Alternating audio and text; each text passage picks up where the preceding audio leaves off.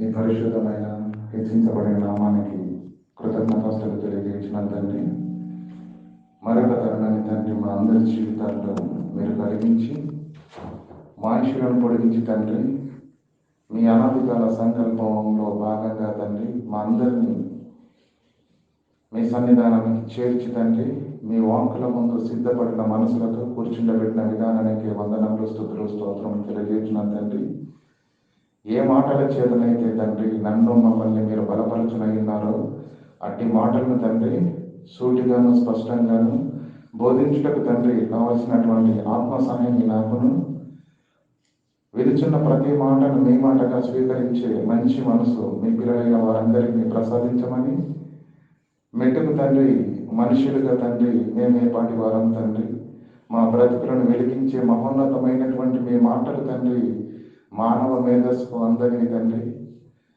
గనుక తండ్రి మీ ఆత్మ సహాయాన్ని అనుగ్రహించి మా బ్రతుకులను వెలిగించే ఈ మహాజ్ఞాన సంగతులు మాకు నేర్పించమని ప్రాధేయపడుతూ, అల్పుడనైనా నేను మీ పక్షంగా నిలబడనై ఉంటుండగా నన్ను జ్ఞాపకం చేసుకుని ఆత్మ సహాయం చేత నడిపించి ఉన్నతమైన మాటల చేత నన్ను మమ్మల్ని ఆత్మీయంగా బలపరచవలసిందిగా ప్రాధేయపడుతూ, సమస్త ఘనత మహిమ ప్రభావం మీ నామానికి ఆరోపిస్తూ యేసుక్రీస్తు ప్రభువు వారి అతి పరిశుద్ధ నామంలో ఈ ప్రార్థనని వేడుకుంటున్నాము పరమ తండ్రి, ఆమేన్.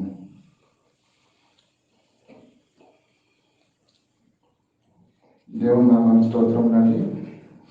మహోన్నతుడైనటువంటి తండ్రి మరొక తరుణాన్ని మనందరికీ అనుగ్రహించి ఈ సాయంకాల వేళ మరలా మనమందరము ఆయన సన్నిధానంలో ఏకంగా కూడి తండ్రిని స్తుతించే భాగ్యాన్ని, అవకాశాన్ని మనందరికీ కలిగించినటువంటి పరలోక తండ్రికి కృతజ్ఞతాస్తులు తెలియజేస్తున్నాను. వేదికపై ఉన్నటువంటి పెద్దలను, తోటి పరిచారకులను, దేవుని యొక్క వాక్యాన్ని వినడానికి ఆసక్తితో ఆయా ప్రాంతాల నుంచి వచ్చిన మీ అందరికీ కూడా మన రక్షకుడైనటువంటి యేసుక్రీస్తు ప్రభువు వారి పరిశుద్ధ నామంలో శుభములు, వందనములు తెలియజేస్తున్నాము. కాబట్టి గత వారం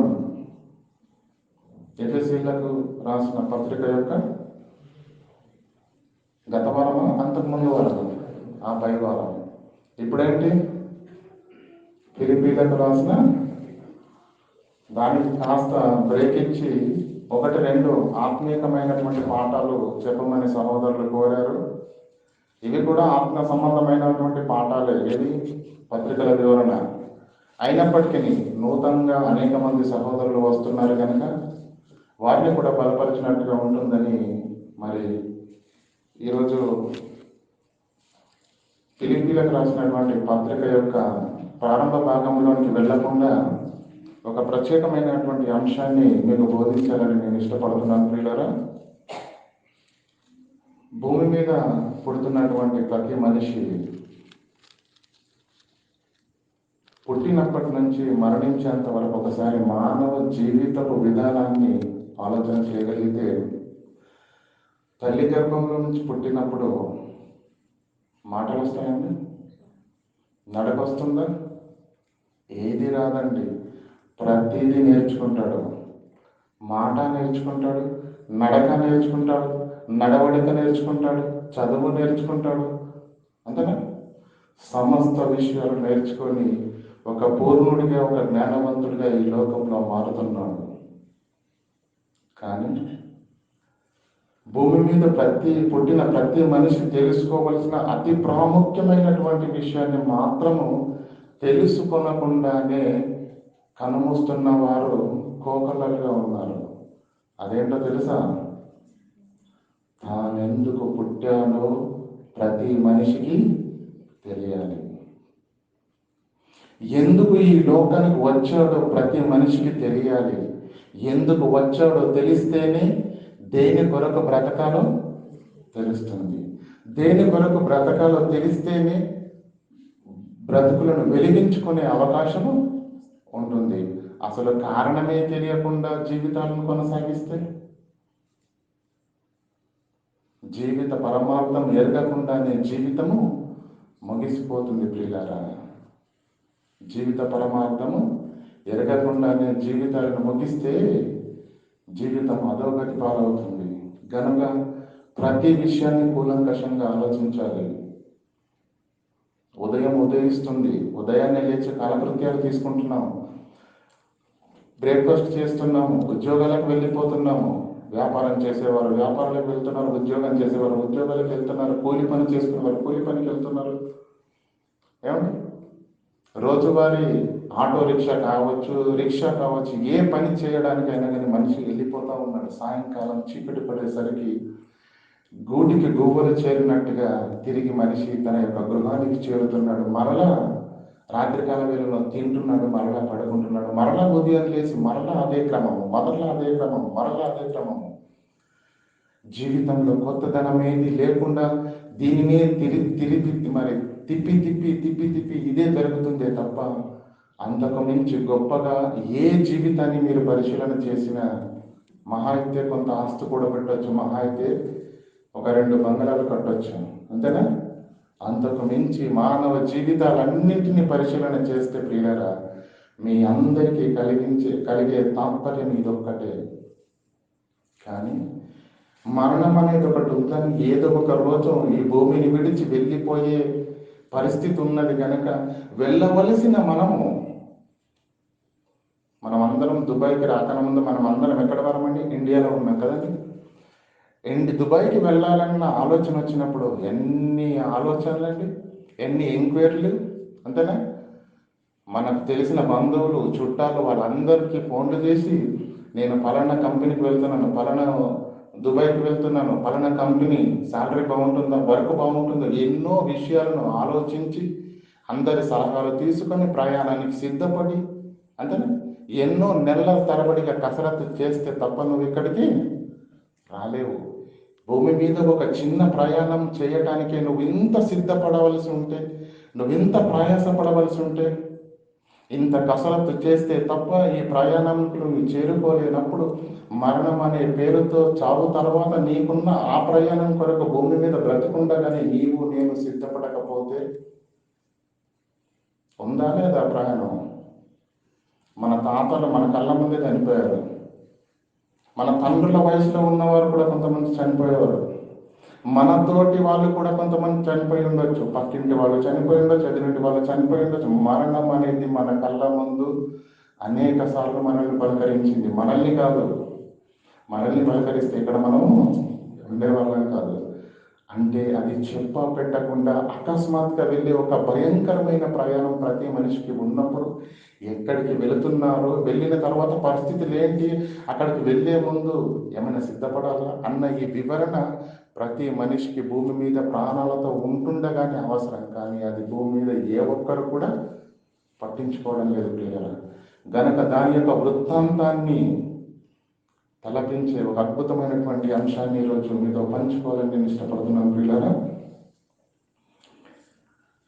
సాధారణంగా మనం అందరం ఏమనుకుంటామంటే, నేను చదువుకునేటప్పుడు, అంటే ప్రతి మనిషి, నేను మా బంధువుల మధ్య ఉన్నాను, నా తల్లిదండ్రుల పెంపకంలో పెరుగుతున్నాను, స్నేహితుల మధ్య ఉన్నాను, రక్త సంబంధుల మధ్య ఉన్నాను అనుకుంటాను. కానీ మీ అందరికీ తెలియవలసిన విషయం ఒకటి ఉంది ప్రియులారా. ఈరోజు భూమి మీద ఉన్నటువంటి ప్రతి మనిషి జీవితం కూడా 2 అదృశ్య మహాశక్తుల మధ్య ఉన్నది. ఆ మొదటి శక్తి దేవుడు, రెండవ శక్తి దయ్యము. ఈ అదృశ్య మహాశక్తుల మధ్య కూడా నీ జీవితము ఉంది. ఎందుకు ఈ మాట చెప్పినండి ప్రియులారా? లోతుల్లోకి వెళ్ళే కొద్దీ మనకి అర్థమవుతుంది. యూదా పత్రిక 1వ అధ్యాయం 9వ వచనం చూసుకుందాం.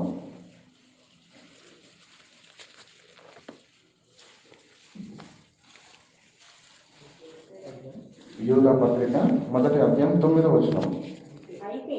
అయితే ప్రధాన దూత అయిన మిఖాయేలు ప్రకటన గ్రంథానికి ముందు ఉంటుందండి. చాలా మంది తీసినట్లేరు. 1వ అధ్యాయం ఉంటుంది, 9వ వచనం చదువుతుంది సిస్టర్. అయితే ప్రధాన దూత అయిన మిఖాయేలు అపవాదితో వాదించుచు మోషే యొక్క శరీరమును గురించి తర్కించినప్పుడు దూషించి తీర్పు తీర్చ తెగింపక ప్రభువు నిన్ను గద్దించును గాక అనేను. సరిపోతుందండి. ఈ ఒకే అధ్యాయంలో ఉన్నటువంటి కేవలం 25 వచనాలుగా ఉన్నటువంటి యూదా పత్రిక సారాంశం ప్రియులారా, 7 వారాలు చెబితే తప్ప తరగదు. మీరు సిద్ధపడాలి దానికి. 7 వారాలు 7 వారాలు అనేసరికి మనకు నగల గుర్తుకు వస్తాయి. అంతేనా? 7 వారాల నగలు కాదు, 7 వారాల సారాంశం 25 వచనాల్లోనే. ఈరోజు అందులో మనం ఒకే ఒక వచనాన్ని ఆలోచిస్తున్నాము, 9వ వచనము. అయితే ప్రధాన దూత అయిన మిఖాయేలు, ఇక్కడ బాగా ఆలోచించాలి. మిఖాయేలు దేవుని పక్షంగా ఉండే దేవదూత. అవునా? పరలోకంలో యుద్ధం జరిగినప్పుడు కూడా మిఖాయేలే వచ్చి అపవాదితో యుద్ధం చేస్తుంది కదా, మనకు తెలిసిన విషయం. ప్రధాన దూత అయిన మిఖాయేలు అపవాదితో వాదించుచుంది. వాదన అంటే మిఖాయేలుకు, దేవుని పక్షంగా ఉన్న దేవదూత అయిన మిఖాయేలుకు అపవాదికి మధ్యలో వాదము తర్కము జరుగుతుందట. అపవాదితో వాదించుచు మోషే యొక్క శరీరమును గురించి. ఏంట వాదము? దేని గురించి ఆ తర్కము? మనకు తెలుసు పౌలు తర్కాలు ఎలా ఉంటాయి, పౌలు యొక్క వాదన ఎలా ఉంటుంది. సత్యవాక్యాన్ని సరిగా విభజిస్తూ, ఖండిస్తూ, గద్దిస్తూ, బుద్ధి చెప్పుచు, ఆయనది దేవుని యొక్క వాక్యాన్ని అనుసరించి దానికి అవిధేయమైన మాట ఏ ఒక్కరు మాట్లాడినా ఒప్పకుండా ఖండించే మరి బోధ అపోస్తలుడైన పౌలు గారిది. ఆయన వాదం అలా ఉంటుంది, ఆయన తర్కము అలా ఉంటుంది.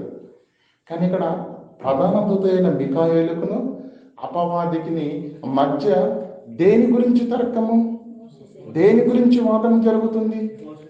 మోషే యొక్క శరీరమును గురించి. మోషే యొక్క శరీరమును గురించి ఇంతవరకు మనకు క్లారిటీగా అర్థమైంది కదండి. మరి పండితులు అనబడిన వాళ్ళు, ఇంకా చెప్పాలంటే బైబిల్ పండితులు అనబడినటువంటి అనేక మంది మహానుభావులు ఈ వచనానికి ఇచ్చినటువంటి నిర్వచనం ఏంటంటే, మోషే గారు నెబో పర్వతం మీద చనిపోతాడు. ఎంతండి? ఒకసారి ఆ మాటను చూసుకుందాం. ద్వితీయోపదేశ ఖండము 32వ అధ్యాయం 45 నుంచి చూసుకుందాం.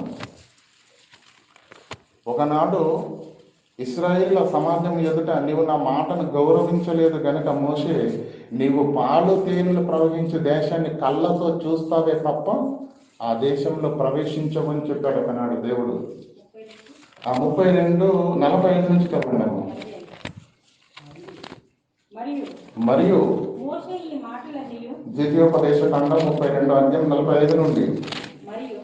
మరియు మోషే ఈ మాటలన్నీ ఇశ్రాయేలులతో చెప్పి చాలించి మరలా వారితో ఇట్లను, మీతో సాక్ష్యముగా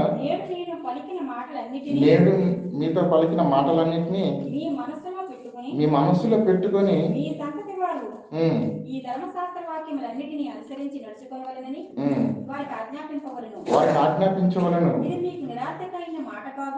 ఇది నిరర్థకమైన మాట కాదు, ఇది నీకు జీవమే. మరియు దాటబోచున్న దేశములో దీనిని బట్టి మీరు దీర్ఘాయుష్మంతులు అగుదురు. ఆ దినమున, ఏ దినమున?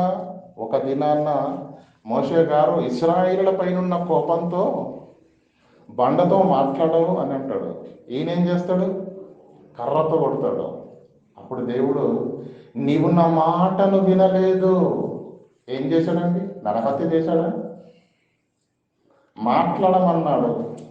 ఈయన వాళ్ళ మీద ఉన్న కోపంతో కొట్టాడు. నొప్పెవరికి? బండకే, దేవుని కొట్టలేదు. కానీ దేవుని ఉద్దేశం ఏంటో తెలుసా? నేనేం చెప్పానో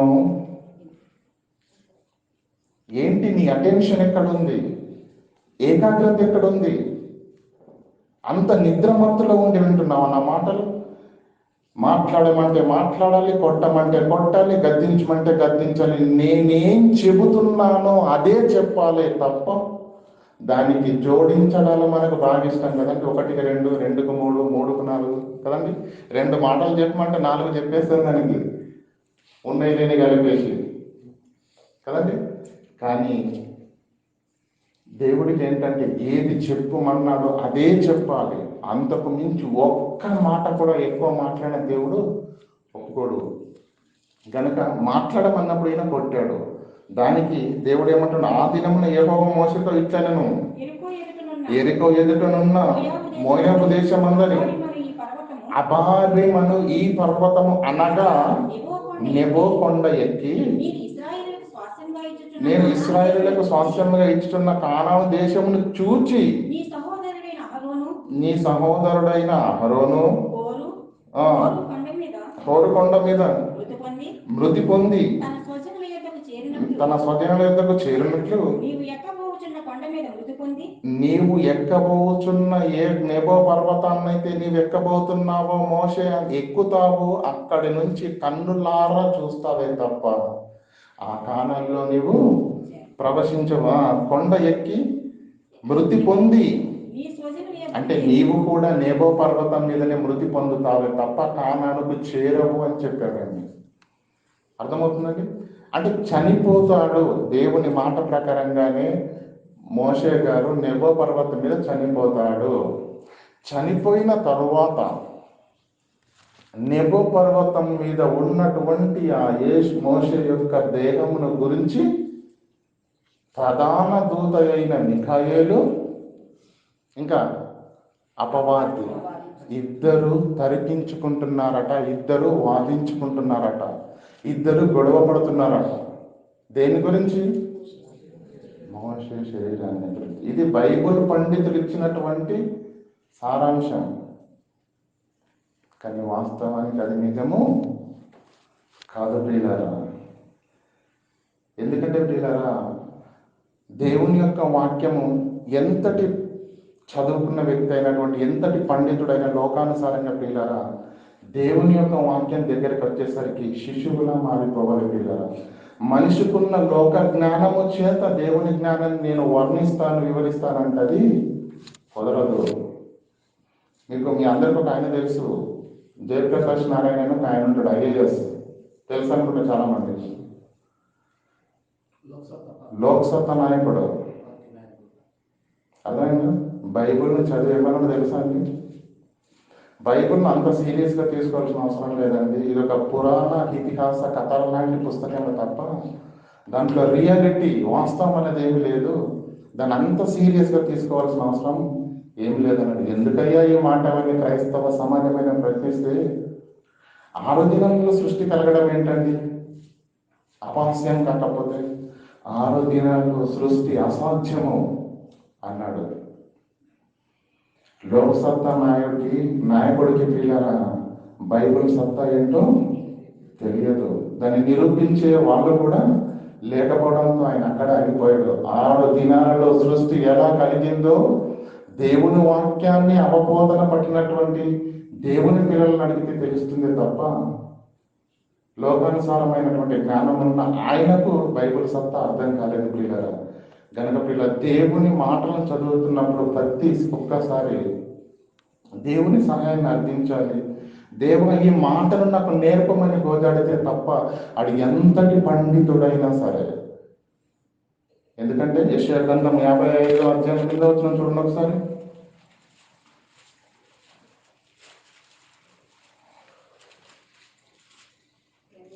55వ అధ్యాయం 8వ వచనం. నా తలంపులు మీ తలంపుల వంటివి కావు. సర్వోన్నతుడైనటువంటి దేవుడు మనిషికి చెబుతున్న మాట, నా తలంపులు మీ తలంపుల వంటివి కావు, నా ఆలోచనలు మీ త్రోవలు కావు. ఇదే యెహోవా వాక్కు. అంటే ఇంకా మనకు అర్థమైందో లేదో ఆ మాట. నా తలంపులు వేరు, మీ తలంపులు వేరు, నా ఆలోచనలు వేరు, మీ ఆలోచనలు వేరు అన్న మాట మనకు అర్థమైందో లేదని ఒక ఉదాహరణ చెబుతున్నాడు. ఆకాశములు భూమికి పైన ఎంత ఎత్తుగా ఉన్నవో మీ మార్గములు కూడా, మీ మార్గముల కంటే నా మార్గములు కూడా ఈ తలంపుల కంటే నా మీ తలంపుల కంటే నా తలంపులు కూడా అంత ఎత్తుగా ఉన్నాయి. అంటే కంప్లీట్ అపోజిట్ అన్నమాట. మన ఆలోచనతో దేవుని వాక్యాన్ని ఆలోచిద్దామని ఎప్పుడు కూర్చోకూడదు పిల్లల. తండ్రి నాకు ఇది నేర్పించు అని ప్రతి పండితుడైనా సరే మోకరించి గోజాడితే తప్ప ఆత్మజ్ఞాన సంగతులు అర్థము కావు ప్రియుల. మరలా యూదా పత్రిక 9వ వచనం, అయితే ప్రధాన దూత అయిన మిఖాయేలు అపవాదితో వాదించుచు మోషే యొక్క శరీరమును గూర్చి తర్కించినప్పుడు దూషించి తీర్పు తీర్చ తెగింపక ప్రభువు నేను గద్దించునుగాక ఆయన. బైబిల్ పండితులు ఇచ్చినట్టుగా నెబో పర్వతం మీద మోషే చనిపోయినప్పుడే ఆ మాట ఆ సందర్భం జరుగుతుంది అనుకుంటే అది శుద్ధ తప్పు ప్రియుల. ఆలోచన చేద్దాం.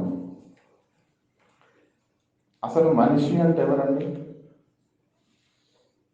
మనిషి అంటే ఎవరు? ఇంకా క్లియర్గా మీకు ప్రశ్న అర్థమయ్యేటట్టుగా చెప్తాను. నేను కనిపిస్తున్నానండి మీ అందరికీ? కనిపిస్తున్నానా? కనిపిస్తలేను. నాకు మీరు ఎవరు కనిపిస్తలేరు, కానీ మీ ఆకారాలు కనిపిస్తున్నది. తల్లి గర్భము గుండా మీరు ధరించుకున్న ఆకారము నాకు కనిపిస్తుంది తప్ప మీరు నాకు కనిపించట్లేదు. నేను మీకు కనిపిస్తున్నానా? లేదు. నేను ఆత్మను. నా ఆత్మ ధరించుకున్న శరీరం ఇక్కడ నిల్చుంది. అంటే శరీరము అంటే ఆకారము ప్లస్ ఆత్మ ఇజ్ ఈక్వల్ మనిషి. పాలు ప్లస్ టీ పొడి రెండు కలిపితే ఏమవుతుందండి? టీ. అందులో నుంచి నువ్వు టీ పొడి తీసేసినా టీ అవ్వదు, పాలను తీసేసినా టీ అవ్వదు. మనిషి అంటే ప్రియులారా ఆకారము ప్లస్ దానిని నడిపించే శక్తి ఆత్మ, ఈ రెండింటి కలయికే మనిషి ప్రియులారా. అక్కడ రాయబడిన మాటను మరొకసారి ఆలోచన చేయగలిగితే మోషే శరీరమును గూర్చన్నాడా? మోషే యొక్క శరీరమును గురించి. నెబో పర్వతం మీద మృతి పొందిన ఆ మోషే గురించి అయితే అది శరీరము కాదు. దాని పేరేంటో తెలుసా? శవము అంటారు. ఆత్మ ఉన్నంత కాలమే శరీరము, ఆత్మ విడిపోయిన తర్వాత శవము. అర్థమవుతుందా లేదా? శవం గురించి ప్రధాన దూత అయిన మిఖాయేలు అపవాది ఇద్దరు కొట్టుకుంటారంటారా?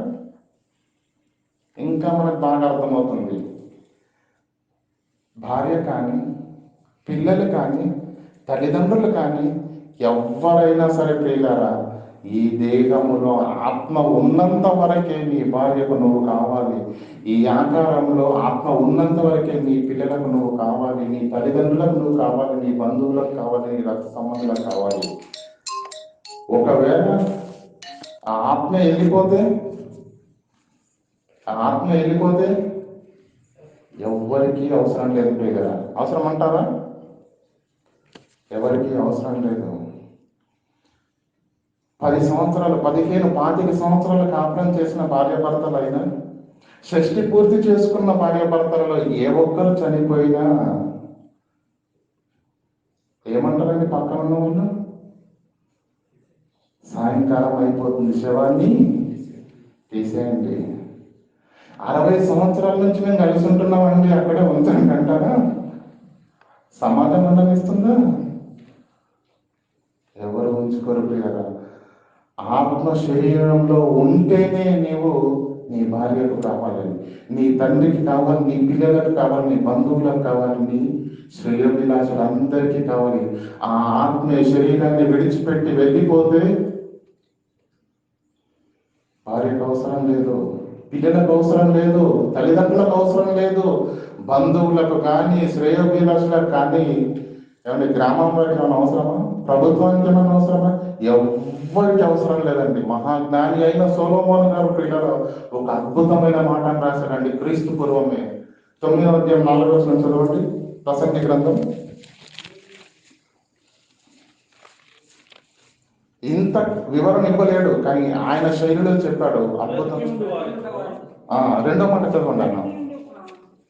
బ్రతికిండు వారితో కనిపిస్తున్న వారికి ఆశ కలదు. చచ్చిన సింహం కంటే బ్రతికిన్న కుక్క మేలు. ఏమంటే సింహం గొప్పదా కుక్క గొప్పదా? సింహమే కదండి, అడవికి రావచ్చు కదా. కానీ ఆయన ఏమంటుండంటే చచ్చిన సింహము కంటే బ్రతికున్న కుక్క మేలు అంటున్నాడు. ఎందుకు ఈ ఆంతర్యం? బ్రతికున్నప్పుడు అడవికి రాజే మృగరాజు అంటాం కదా. అడవికి రాజు బ్రతికున్నప్పుడు, చస్తే కుక్క కన్నా ఈయన. చచ్చిన సింహం కంటే బ్రతికున్న కుక్క మేలు కదా. అంటే మానవ శరీరం అనే ఈ శరీరంలో ఆత్మ ఉన్నంత వరకే నీకు విలువ. ఆ ఆత్మే వెళ్ళిపోతే సింహం కూడా కుక్క కంటే హీనమైపోతుంది. అవునా? గనక మన శరీరం మన గురించి ఆలోచిద్దాం ప్రియులారా. శరీరంలో ఆత్మ ఉన్నంత వరకే నీకు విలువ. శరీరంలో ఆత్మ ఉన్నంత వరకే నువ్వు తండ్రివి. శరీరంలో ఆత్మ ఉన్నంత వరకే నువ్వు భర్తవి. శరీరంలో ఆత్మ ఉన్నంత వరకే నువ్వు కుమారుడివి. శరీరంలో ఆత్మ ఉన్నంత వరకే నువ్వు అందరికీ కావాలి. ఆ ఆత్మ వెళ్ళిపోతే ఏ ఒక్కరికి కూడా నీవు అవసరము లేదు. 40 సంవత్సరాల నుంచి కష్టపడి ఇంత ఆస్తులు కూడా పెట్టాను, ఇంతటి సంపాదన సంపాదించని, ఇంతటి మేడలు కట్టాను, ఇంతటి కార్లు బంగళ, ఇంత ఆస్తిని సంపాదించాడే అని చెప్పి ఉంచేసుకుంటారా? ఉంచుకోరు. ఆత్మ ఉంటే 100 సంవత్సరాలైనా కలిసి ఉంటారు. ఆ ఆత్మ వెళ్ళిపోతే ఒక్కరోజు కూడా ఉండడం చాలా కష్టం, తీసివేస్తారు. అంటే నీ అందరికీ చెప్పొచ్చేది ఏంటంటే ఈ ఆకారంలో ఆత్మ ఉంటేనే నీవు అందరికీ అవసరము. ఈ ఆత్మ వెళ్ళిపోతే నువ్వు ఎవ్వరికి ఒక చెత్త. కనీసం ఏనుగు చచ్చిన బ్రతికిన 1000 రూపాయలండి. చచ్చినా అది కావాలి సమాజానికి, బ్రతికున్నా కావాలి. కానీ నువ్వు చస్తే ఎవ్వరికి అవసరం లేదు. నయా పైసలు ఇచ్చి కూడా నేను ఎవరు తీసుకోరు. అర్థమవుతుందా? మానవ ఈ ఆకారంలో ఆత్మ లేనప్పుడు నీ భార్యకి అవసరం లేకపోతే, నీ పిల్లలకు అవసరం లేకపోతే, నీ రక్త సంబంధులకు, బంధువులకు, ప్రభుత్వానికి అవసరం లేకపోతే ప్రధాన దూత అయిన మిఖాయేలుకి అవసరమా? అపవాదికి అవసరమా? చెప్పండి. తప్పు.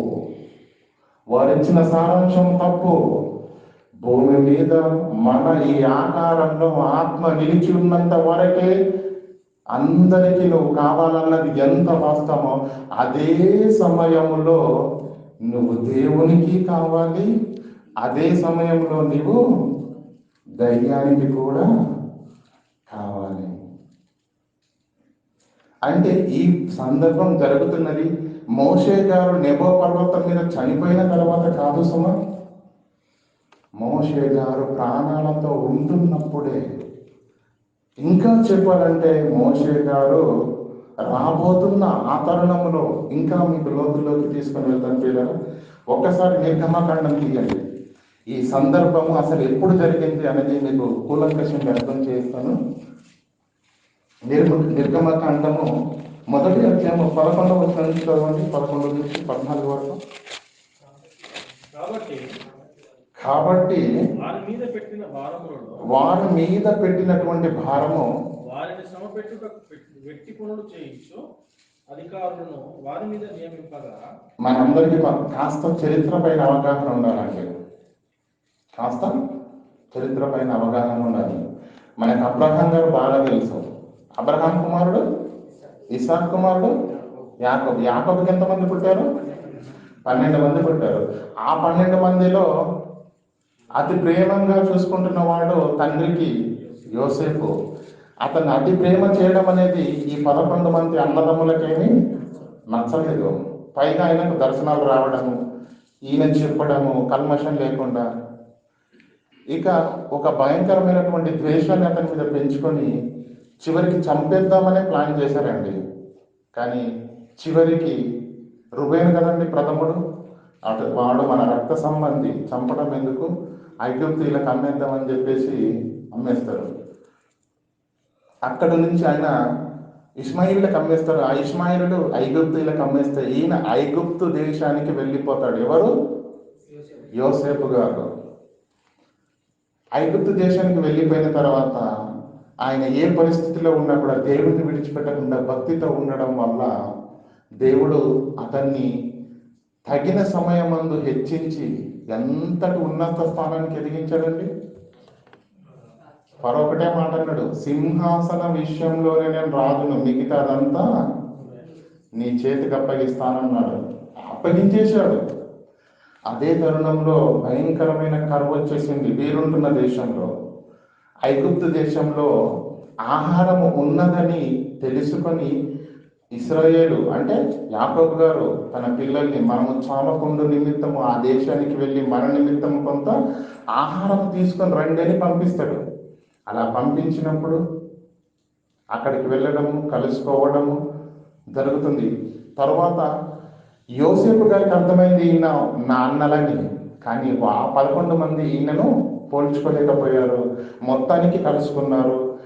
అప్పుడు మరి ఫరో అనుమతితోటి యోసేపు గారు తన కుటుంబాన్ని అంతటినీ ఆ దేశంలోకి తీసుకొని వచ్చాడు. అప్పుడు వెళ్ళిన వారు 70 మంది.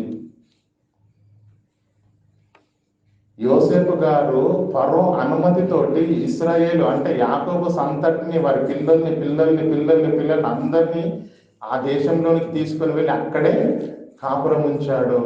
అలా వెళ్ళిన వారు 70 మంది. అలా 70 మందిగా వెళ్ళిన వాళ్ళు విస్తరించి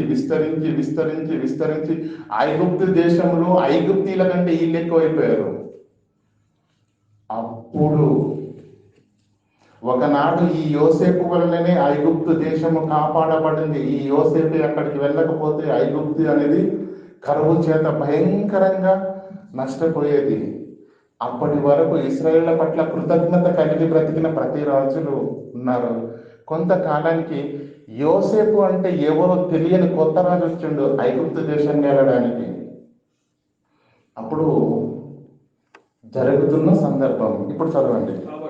కాబట్టి వారి మీద పెట్టిన భారములు వారిని శ్రమ పెట్టుటకు వ్యక్తి పనులు చేయించు అధికారులను వారి మీద నియమింపగా వారు ఫరో కొరకును ధాన్యాదులను నిల్వ చేయి పీతోము రామేసేను పట్టణములను కట్టిరి.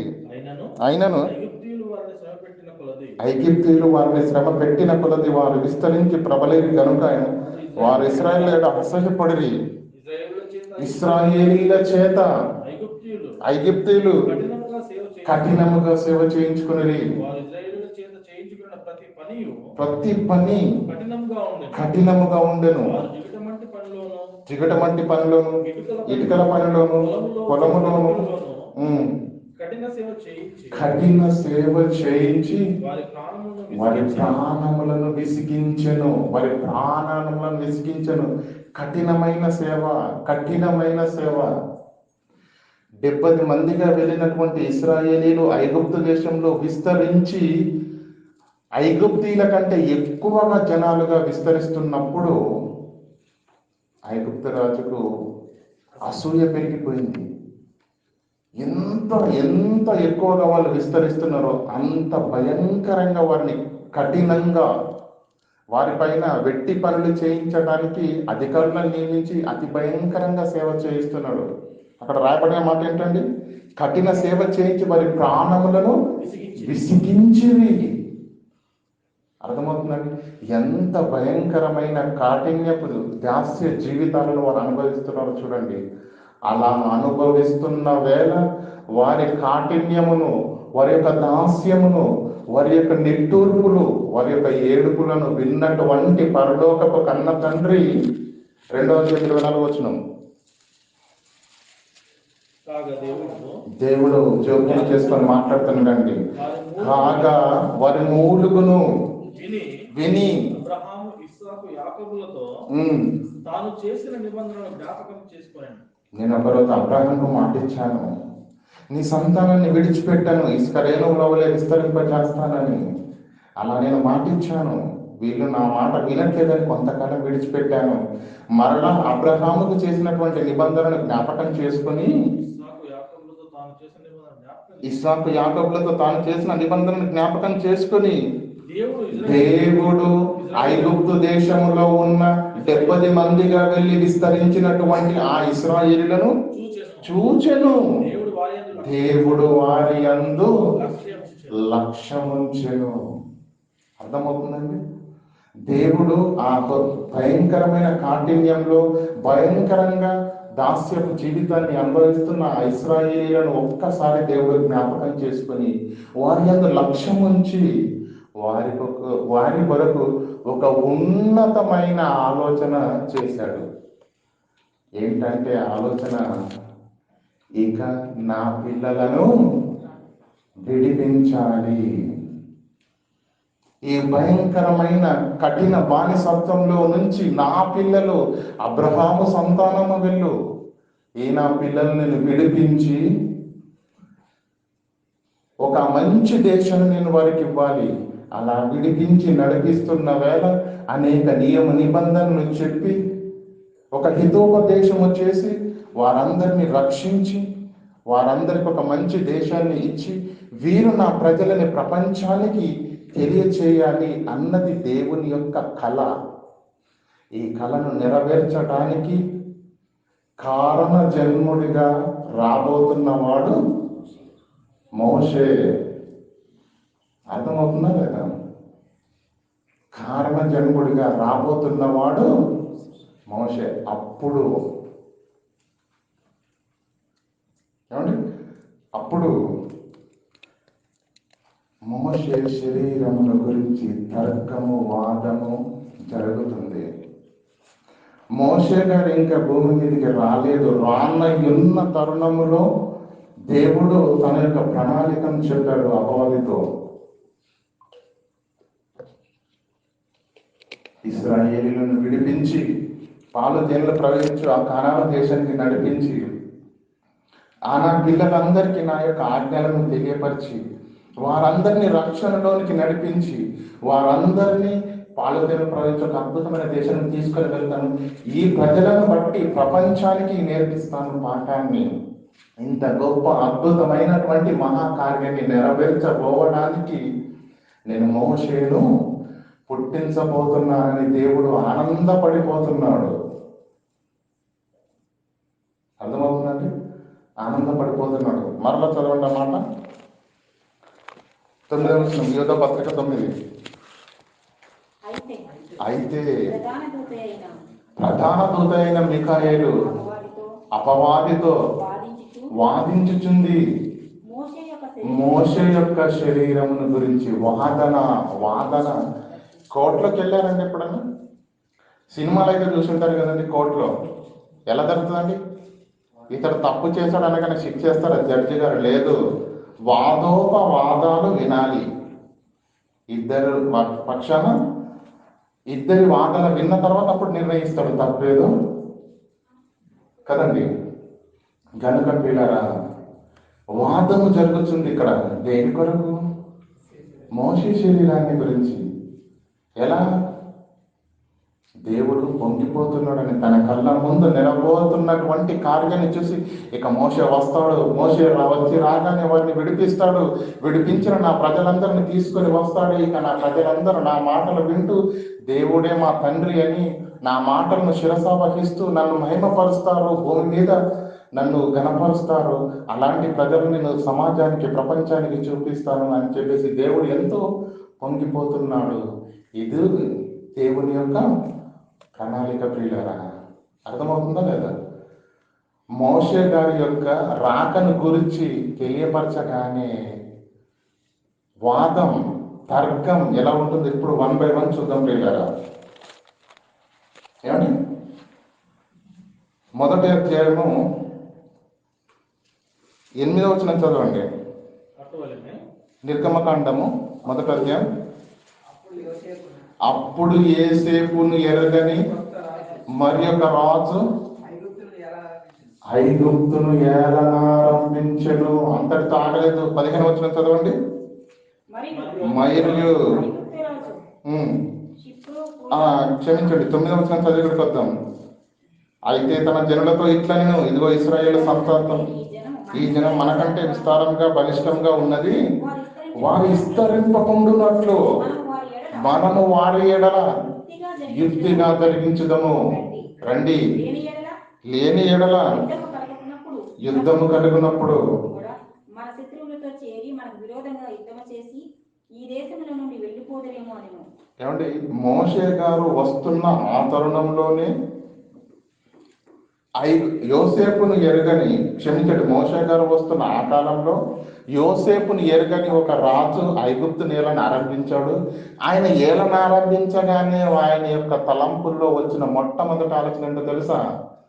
ఇశ్రాయేలు మనకంటే బలిష్ఠులు, మనకంటే బలవంతులు, యుద్ధం కలిగినప్పుడు శత్రువులతో చేయి కలిపి వీరందరూ మనల్ని చంపేసి ఈ దేశాన్ని ఆక్రమించుకుంటారేమో, కనుక ఇక నుంచి వాళ్ళు విస్తరింపకుండా వారి ఎడల యుద్ధముగా ప్రవర్తించుదాము రండి అని ఒక భయంకరమైన ఆలోచన చేశాడండి. 15వ వచనం. మరియు ఐగుప్తు రాజు ఏం చేశాడో తెలుసా అండి? శుభ్ర పూయ అను హెబ్రీల మంత్రసానులతో మాటలాడి, ఏమిటి హెబ్రీ స్త్రీలకు మంత్రసాని పని చేయనప్పుడు అంతే కదండి. ఇప్పుడు ఉన్నట్టుగానే ఆసుపత్రులు లేవు కదండి, అప్పుడు వైద్యులు లేరు కదండి. అప్పుడు మంత్రసానులు అనే వాళ్ళు ఉండేవారండి, వాళ్ళే పురుడు పోసేవాళ్ళు. కనుక వారికి పిలిచి ఏం చెప్తున్నాడంటే రాజు, అమ్మా, ఇశ్రాయేలీల స్త్రీలు ఎవరైతే గర్భవతులుగా ఉండి వారు ప్రసవించని ఉన్నారో వాళ్ళ యుద్ధం మీరు వెళ్తారు కదమ్మా, వెళ్ళినప్పుడు మగ పిల్లవాడైతే చంపండి, ఆడపిల్లలైతే దాన్ని బ్రతకనియండి, ఇబ్బంది లేదు. ఎందుకంటే ఆడపిల్లలు అయితే కత్తులు పట్టుకుని యుద్ధాలు గట్ట చేయరు. కనుక ఆడపిల్లల్ని బ్రతకనివ్వండి, మగ పిల్లల్ని చంపేయండి. ఇప్పుడు ఎలా ఉందంటే, ఇప్పుడు ఆడపిల్లల్ని చంపేస్తున్నారు, అంతే రివర్స్. అప్పుడు మగపిల్లలు చంపినేళ్ళ పుట్టినేళ్ళ కానుక పీటల మీదనే వాడిని చంపుడి, ఆడదైన ఏళ్ళ వాడిని బ్రతకనీయుడి అని వారితో చెప్పాను. అర్థమవుతుందండి? మోషే గారు వస్తున్న ఆ కాలములోనే యోసేపు ఎరుగని ఒక రాజు ఐగుప్తు నేలను ఎలా ఆరంభించడం ఏంటి, ఆయన వచ్చి రాగానే ఏ ఆలోచన వచ్చింది? ఇశ్రాయేలీల జనము విస్తరిస్తున్నది, వారు బలంగా ఉన్నారు, వారు మన మీద తిరుగుబాటు చేస్తారేమో, కనుక వారిలో మగపిల్లలుగా పుడుతున్న వారిని ఇప్పటి నుంచే చంపేయండి. ఎక్కడి నుంచి వచ్చింది ఆలోచన? దేవుడు ఇశ్రాయేలీలను కాపాడటానికి దేవుడు ప్రణాళిక సిద్ధం చేస్తే అప్పుడు దేవుడికి అపవాదికి, మిఖాయిలకు అపవాదికి యుద్ధం జరుగుతుంది.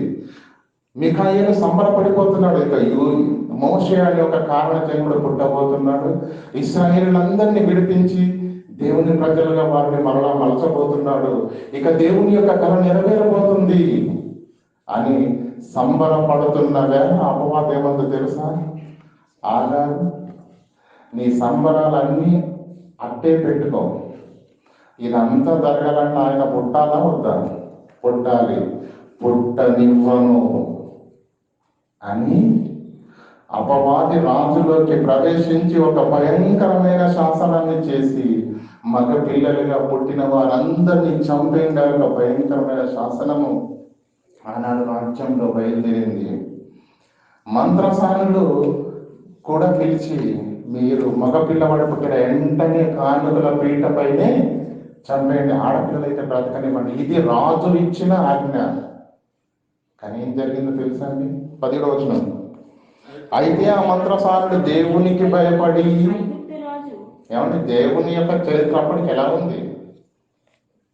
గొప్పగా ఉంది. వారి నోట వీరి నోట విని, అమ్మో ఇశ్రాయేలుల దేవుడు చాలా గొప్పవాడు అని దేవునికి భయపడి ఐగుప్తు రాజు తమకు ఆజ్ఞాపించినట్లు చేయక మగ పిల్లలను బ్రతకనిచ్చారు. ఐగుప్తు రాజు పిలిపించి, మీరెందుకు మగ పిల్లలను బ్రతకనిచ్చితిరి, మీరు ఈ పని ఎలా చేసితిరి అని అడగగా, అందుకు ఆ మంత్రసానులు ఎబ్రీ స్త్రీలు ఎబ్రీ స్త్రీలు ఐగుప్తు స్త్రీల వంటి వారు కాదు. ఐగుప్తు స్త్రీల వంటి వారు కాదు, వారి మరీ బద్ధకస్తులు. కానీ ఎబ్రీలు ఇశ్రాయేలీలు ఎలాంటి వారు? చురుకైన వారు, చాలా యాక్టివ్గా ఉంటారు వాళ్ళు. మేము మా కబురు వచ్చేసి మేము ఇక్కడి నుంచి అక్కడికి బయలుదేరి వెళ్ళేసరికి ఆల్రెడీ వాళ్ళు ప్రసవం చేస్తున్నారు. మాకు వెళ్ళే అవకాశమే లేదు. ఎబ్రీ స్త్రీలు ఎబ్రీ స్త్రీలు ఐగుప్తు స్త్రీల వంటి వారు కాదు. కారు, వారు చురుకైన వారు. మంత్రస్థాని వారి యొద్దకు వెళ్ళక మునిపే మంత్రసానులు వారి యొద్దకు వెళ్ళక మునిపే వారు ప్రసవించిందని ఫరోతో చెప్పిరి. దేవుడు ఆ మంత్రస్థానులకు మేలు చేసెను. ఆ మంత్రసానులకు మేలు చేసెను. ఆ జనం విస్తరించి ఆ మంత్రస్థానులు దేవునికి భయపడినందున ఆయన వారు కలుగజేసింది. అయితే మంత్రసానులు రాజు యొక్క ఆజ్ఞకు లోబడలేదు. దేవునికి భయపడి, అయ్యా మేము వెళ్ళకముందు అసలు మాకు కబురు వస్తేనే కదయ్యా మేము వెళ్ళేది, వాళ్ళేమో వాళ్ళకు వాళ్ళే పురుడు పోసేసుకుంటున్నారు, మమ్మల్ని పిలవట్లేదు, ఒకవేళ తప్పిపోయే పిల్ల కబురు వచ్చినా మేము వెళ్ళేసరికి ఆల్రెడీ మరి ప్రసవం జరిగిపోతుంది అయ్యా, మరి మేము వెళ్ళి చేసేదేమి లేక తిరిగి వచ్చేస్తున్నాము, ఇది పరిస్థితి అని చెప్పాడు. మొత్తానికి తెలివితో వాళ్ళు తప్పించుకున్నారన్న సంగతి రాజుకు అర్థమై ఏం చేశాడో తెలుసా? ఒక భయంకరమైన శాసనం 22వ వచనం. అయితే ఫరో హెబ్రీలలో పుట్టిన ప్రతి కుమారుణ్ణి నదిలో పారవేయుడి. అంటే ఇప్పుడు కానుక పీటల దగ్గర నుంచి ఎక్కడ వరకు వచ్చింది? తన రాజ్యంలో ఉన్న సైనికులకు గట్టిగా వార్నింగ్ ఇచ్చాడు. ఇంటింటికి వెళ్ళండి, గడప గడపకు వెళ్ళండి, మీరు తనిఖీలు చేయండి, గాలింపు చేయండి, వెతకండి, మగ బిడ్డ ఉన్నాడా తీసుకొని వెళ్ళి నదిలో పారవేయుడి. కుమార్తెలైతే ఆడపిల్లలైతే విడిచిపెట్టేయండి, కానీ మగ పిల్లల్ని మాత్రం ఖచ్చితంగా చంపేయండి అని తన జనులందరికీ, సైనికులకే కాదు ఇశ్రాయేలులందరికీ, ప్రతి ఒక్క పౌరుడు ఒక సైనికుడే, మీ బాధ్యత నిర్వర్తించండి, లేకపోతే మనందరినీ మరి వాళ్ళే చంపేసి ఈ రాజ్యాన్ని హస్తగతం చేసుకుంటారు కనుక చాలా జాగ్రత్తగా ప్రవర్తించడం చెప్పేసి ఇశ్రాయేళ్ల రాజ్యంలో ఉన్న, క్షమించండి, ఐగుప్తు రాజ్యంలో ఉన్నటువంటి జనులందరికీ ఆ రాజు ఆజ్ఞయ్యగానే ఎలా ఉంటుందండి? పోలీసులేనా అంటే బంట్రౌతులేనా, సైనికులేనా? కాదు, ఐగుప్తీలందరికీ, జనులందరికీ ఆజ్ఞ ఇచ్చేశాడు. ఎలా ఉంటారు ఒకసారి ఆలోచించండి పరిస్థితి. ఇంటింటికి వెళ్ళి తనిఖీలు చేయండి, మగ పిల్లవాడు కనిపించాడు, తీసుకుని వెళ్ళి దయాదాక్షణ్యం లేకుండా నదిలో పారవేయుడి. ఈ భయంకరమైన ఆజ్ఞ రాజ్యంలోకి రాగానే అది స్టార్ట్ అయిపోయింది. అనేకులు ఇళ్లలోకి చొరబడి మరి ఐగుప్తు జనులు కానివచ్చు, ఐగుప్తుల సైనికులు కావచ్చు, ఐగుప్తు యొక్క అధికారులు కావచ్చు, ప్రతి ఇశ్రాయేల్లో ఒక్కొక్క ఇంటిలో చొరబడి మరి చంటి పిల్లలు ఉన్నారు, ఆ తనిఖీలు చేస్తున్నారు. ఒకవేళ చంటి పిల్లలు ఉంటే తీసుకుని వెళ్ళి మగ పిల్లల్ని నదిలో పారవేస్తున్నారు. అప్పుడు అపవాది మిఖాయేలుతో బాహాటంగా నవ్వుతూ, ఏదయ్యా ఇది మోస కొడతాడు, ఏదో చేస్తాడన్నా, పుట్టే అవకాశం లేకుండా రాజ్యంలో భయంకరమైనటువంటి ఆజ్ఞను విడుదల చేశాను, ఇంకెక్కడ పుడతాడు, పుట్టినా కానకాపీటినే అయిపోతాడు. ఒకవేళ బ్రతికి బట్ట కట్టినా సైనికులు బ్రతకనివ్వరు, ఒకవేళ ఆయన బ్రతక బట్ట కట్టనిచ్చిన ఐగుప్తులలో ఏ ఒక్కరి కంట పట్ట, ఏ ఒక్కరి చెవిల ఈయన యొక్క ఏడుపు శబ్దము వినబడ్డ, ఇలా నదిలోకి వెళుతున్న అనేకమైన శిశువులలో ఈ శిశువు కూడా వెళ్ళి అందులో ఒకరిగా నదిలో పడి చచ్చి శవంగా తేలాల్సిందే తప్ప బ్రతికి పట్ట కట్టే అవకాశము లేకుండా మాస్టర్ ప్లాన్ వేసేశాడు అపవాది. అర్థమవుతుందండి? ఇశ్రాయేలును విడిపించడానికి కారణజన్ముడిగా మోషేను తీసుకొని రావాలన్నది దేవుని ఆలోచన. అది చెప్పగానే అది నెరవేరాలి కదా, ఆయన రావాలి కదా, పుట్టాలి కదా. అదంతా జరగాలంటే పుట్టనివ్వకుండా తన కపటోపాయం చేత రాత్రిలోకి ప్రవేశించి భయంకరమైనటువంటి ఒక ఆజ్ఞను, శాసనాన్ని ఆ రాజ్యంలో నెలకొల్పింది. ప్రియులారా, ఇప్పుడు ఎలా ఉందండి? ఇలాంటి శాసనము వెలువడిన ఆ తరుణములోనే నిర్గమకాండము 2వ అధ్యాయం 1వ వచనం, లేవి వంశస్థుడు ఒకడు వెళ్ళి లేవి వంశస్థుడు ఒకడు వెళ్ళి లేవి కుమార్తెను వివాహం చేసుకుని లేవి కుమార్తెను వివాహం చేసుకున్నాడు. ఆ స్త్రీ గర్భవతి అయి ఆ స్త్రీ గర్భవతి కుమారుని కని కుమారుని కని వాడు సుందరుడై ఉండట చూచి ఏ మోషే గురించి అయితే మనం మాట్లాడుకుంటున్నామో, ఏ మోషేనైతే పుట్టి ఇశ్రాయేలును ఐగుప్తు దేశంలో నుంచి విడిపించి పాలు తేనెలు ప్రవహించి కానాను దేశానికి నడిపించే నాయకుడు, కారణ జన్ముడుగా ఎవరు పుడతారని మనం మాట్లాడుకుంటున్నామో ఆ మోషే గారే ఏ సమయంలో భయంకరమైన ఆజ్ఞ ఆ దేశములో శాసనము వెలువడిన తరువాత లేవి వంశస్థుడు ఒకడు వెళ్ళి లేవి కుమార్తెను వివాహం చేసుకున్నాడు.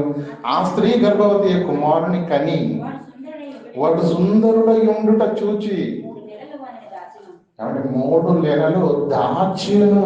3 నెలలు వానిని దాచెను. ఇంకా తరువాత వానిని దాచలేక ఆమె వాణిని దాచలేక, వాని కొరకు ఒక జమ్ము పెట్టి తీసుకొని ఆ మాట బాగా ఆలోచించండి పిల్లరా.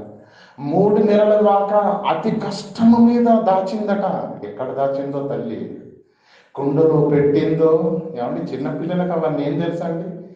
ఏడుస్తే పక్కింటోళ్ళంటే ఈ ఇంట్లో చిన్న పిల్లల యొక్క ఏడుపు శబ్దాలు వినబడుతున్నాయని పనరోతులకు చెప్తే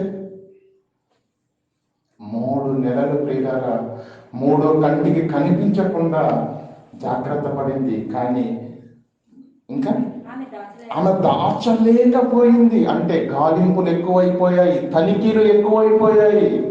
ఇంట్లోకి వెళ్ళి వారి మాటలు కూడా నమ్మకుండా ఇంటింట చొచ్చి సైనికులే స్వయంగా చెక్ చేస్తున్నారు, ఇంకెక్కడ దాచిపెట్టారేమో అని. అంత భయంకరమైన తనిఖీలు జరుగుతున్నప్పుడు తల్లిగా ఆమె కళ్ళ ముందు 2 మార్గాలు కనిపించాయండి. ఒకవేళ ఏ ఒక్కరి కంట పడ్డా ఈ శిశువు బ్రతకడు, లేదంటే ఈ శిశువు ఒకవేళ ఏడ్చే ఏడుపు ఎవరి చెవిన పడ్డా మరో క్షణంలోనే నా కుమారుడు ఆ నదిలో శవంగా తేలుతాడు. అంటే ఒకరి కంటపడ్డా ప్రమాదమే, ఇతని యొక్క ఏడుపు ఇంకొకరి చెవిన పడ్డా ప్రమాదమే. అంటే మొత్తానికి ప్రాణహాని అయితే ఉంది అని బాగా ఆలోచించి దేవుని పైన భారం వేసి ఆమె ఒక నిర్ణయం తీసుకున్నదండి. ఒక జమ్ము పెట్టె తయారు చేసి, ఏమండి ఇప్పుడు అపవాది హేళన చేసి నవ్వుతున్నాడు కదండి మిఖాయిలతోటి. ఏదో కార్యం అన్నావు, కారణ జన్ముడు అన్నావు, పుడతాడు అన్నావు, ఏమేమో అన్నావు కదా మిఖాయిలు. అసలు పుట్టే అవకాశం లేకుండా చేశాను, ఒకవేళ పుట్టినా కూడా బ్రతికి బట్ట కట్టే అవకాశం లేకుండా భయంకరమైన శాసనాన్ని నేను రాజ్యంలో విడుదల చేశానని బాహాటంగా నవ్వుతుంది. మాస్టర్ ప్లాన్ వేశాను అనుకుంటున్నాడు అపవాది. కానీ ఆ అపవాదిని తలదన్ని ఏమండి మాస్టర్ ప్లాన్ వేసేసాడు దేవుడు. చూడండి ఆ తల్లి ఏం చేసిందంటే ఒక జమ్ము పెట్టె తీసుకొని జిగటమన్నును కీలును పూసి అందులో ఆ పిల్లవాడిని పెట్టి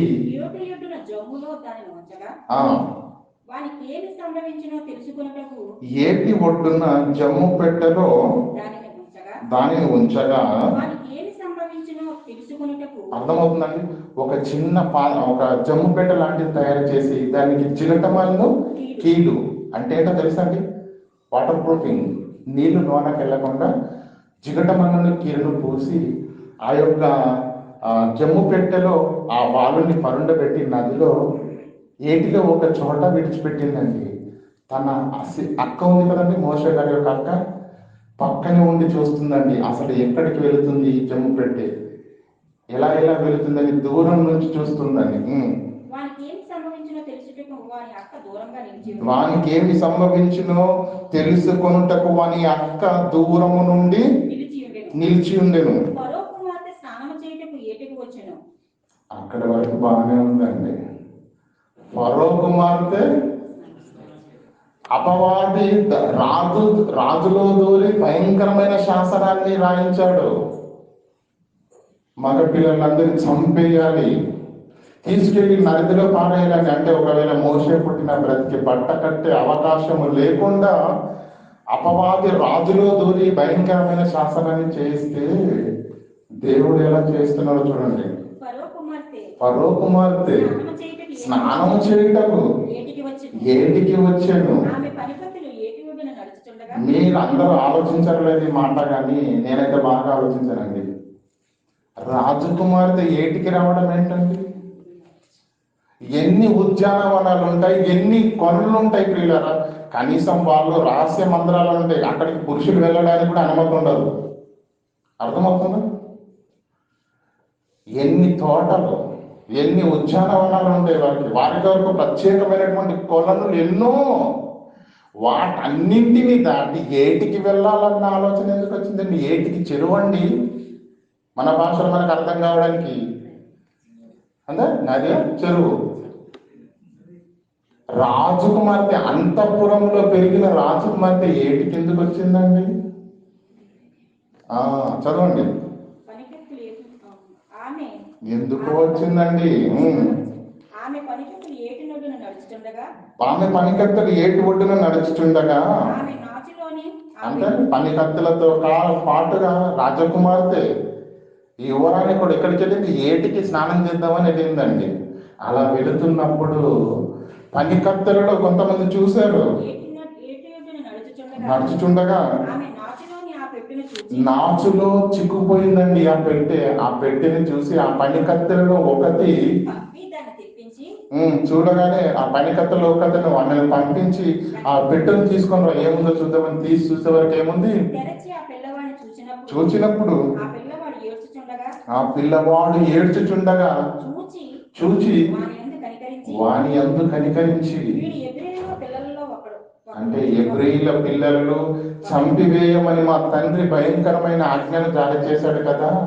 ఆ పిల్లలు చనిపోకుండా ఎవరో ఒక తల్లి ఇలా జమ్ము పెట్టి చేసి ఈ నదిలో పారవేస్తే ఎక్కడికో ఒకడికి వెళ్ళి ఏదో ఒక దేశాన్న బ్రతికి బట్ట కడితే భూమి మీద ఎక్కడైనా సరే ప్రాణాలతో అయితే ఉంటాడన్న ఆలోచనతో ఇలాంటి కార్యక్రమం చేసిందేమో అని ఆ శిశువు ఏడుస్తున్నప్పుడు ఆ శిశువు యందు జాలిపడి, వీరు ఎబ్రీ పిల్ల ఒకడను. అప్పుడు వాని అక్క, బాగా ఆలోచించండి, జమ్ము పెట్టెలో ఆ బాలుని పెట్టింది, పక్కనే ఉండి చూస్తుంది ఎవరు? మోషే అక్క. ఏం జరుగుతుందో చూద్దాం, అసలు సీన్ ఎలా ముందుకెళ్తుందో అని. ఏటి గట్టుకు రాని ఎవరు? పనికత్తెలు వచ్చారు. వచ్చి రాగానే ఒక పనికత్తెలు చూస్తే ఆ పెట్టెలో ఉంది ఏదో అని చెప్పేసి పనికత్తెలు పంపించి తీసుకొని వచ్చింది. తీసుకొని వచ్చి అది ఓపెన్ చేసేవారికి ఏముంది? అందులో పిల్లవాడు ఉన్నాడు, ఏడుస్తున్నాడు. ఏడుస్తున్నప్పుడు ఆయన ఏడుపును చూసి కనికర పడిపోయింది. అప్పుడు ఎవరు? మోషే అక్క ఫరో కుమార్తె దగ్గరికి వెళ్ళి, అమ్మా రాణిగారు, ఇప్పుడు ఈ పిల్లగాడు ఏడుస్తున్నాడు కదా, మరి ఈ పిల్లవాడిని పెంచడానికి మీకేమైనా ఒక ఆయమ్మ లాంటి అంతేనా ఏమంటారు? నేను వెళ్ళి ఎబ్రీ స్త్రీలలో నేను ఒక దాదిని, ఒక ఆయమ్మను పిలుచుకొని వస్తున్నా అన్నారండి. అర్థమవుతుందా లేదా? మోషే అక్క ఆవిడే పెట్టింది పెట్టే కాస్త ముందని జరిగింది. ఏమండి? అలా యువరాని పర్వతమాత రాగానే ఏమీ ఎరగనట్టుగా వచ్చి, అయ్యో పిల్లవాడు మరీ గుక్కపట్టి ఏడుస్తున్నాడమ్మా, మరొక వేళ నువ్వు పెంచుకునే ఆలోచన ఉంటే చెప్పు, నేను హెబ్రీ స్త్రీల దగ్గరికి వెళ్ళి ఎవరినో ఒక దాదిని మాట్లాడుకొని తీసుకుని వస్తాను. ఎందుకంటే నువ్వు మరి కనలేదు కనుక పిల్లల్ని ఎలా సాకాలో నీకు తెలియదు. నేను ఒక దాదిని తీసుకొని వస్తాను, ఆవిడ చక్కగా శుభ్రంగా అన్ని పనులు చేస్తుంది, స్నానం చేయిస్తుంది, భోజనం పెడుతుంది, బాగోగులు చూసుకుంటుంది, నీకు ఆయమ్మలాగా పనిచేస్తుంది. కొడుకు మాత్రం నీ కొడుకే. ఏమంటా ఉంది? అందుకు ఫరో కుమార్తె వెళ్ళు. ఎందుకో తెలుసా అండి? అపొస్తలుల కార్యంలో ఉంటది, మోషే అతి సుందరుడు అని ఉంటుందండి. చూడండి మాట ఒకసారి చూసి ఇక్కడికి వద్దాం.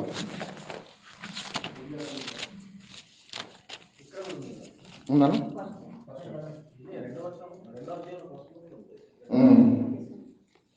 గర్భవతి కుమారుడు కానీ వాడు సుందరుడై ఉండుట చూచి ఆ మోషే ఆ దివ్య రూపాన్ని చూసి ఆ సుందరమైనటువంటి ఏమంటే పసిపిల్లల మోకాన్ని చూసిన తర్వాత కూడా కరగని హృదయం అంటూ ఉండాలండి. ఒకవేళ ఉందంటే ఆడికంటే దరిద్రుడు ఎవరు లేడని అర్థం. ఏమండి సుందరుడై ఉండి చూసి నీ కొరకు ఒక దాదిని తీసుకుని వద్దునా అని చెప్పేసి మోషే అక్క అనగానే ఏం చేసింది? పరిగెత్తుకుంటూ వెళ్ళింది. ఆ చిన్నది వెళ్ళి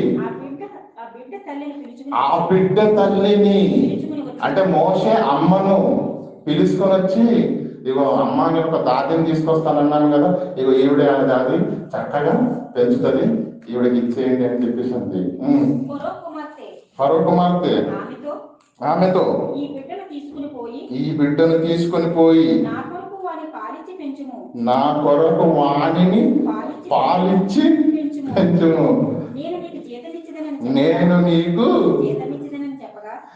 ఏ రాజు చేతనైతే కారణ జన్ముడుగా పుట్టనయున్న మోషను చంపాలని అపవాది ప్లాన్ వేసిందో, ఉపాయం పన్నిందో, అదే రాజు చేతుల్లో, అదే అంతఃపురములో, అదే రాజు కనుల ముందుట యువరాజుగా పెంచుతున్నాడు. ఇది దేవుని యొక్క ప్రణాళిక.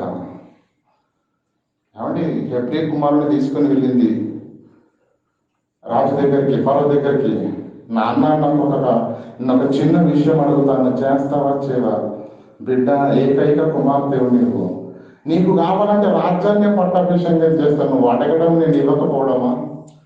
ఏం లేదు నాన్న, ఇదిగో ఈ బాలుని చూసావు ఎంత సుందరంగా ఉన్నాడు, ఇతన్ని నేను పెంచుకుంటాను అని.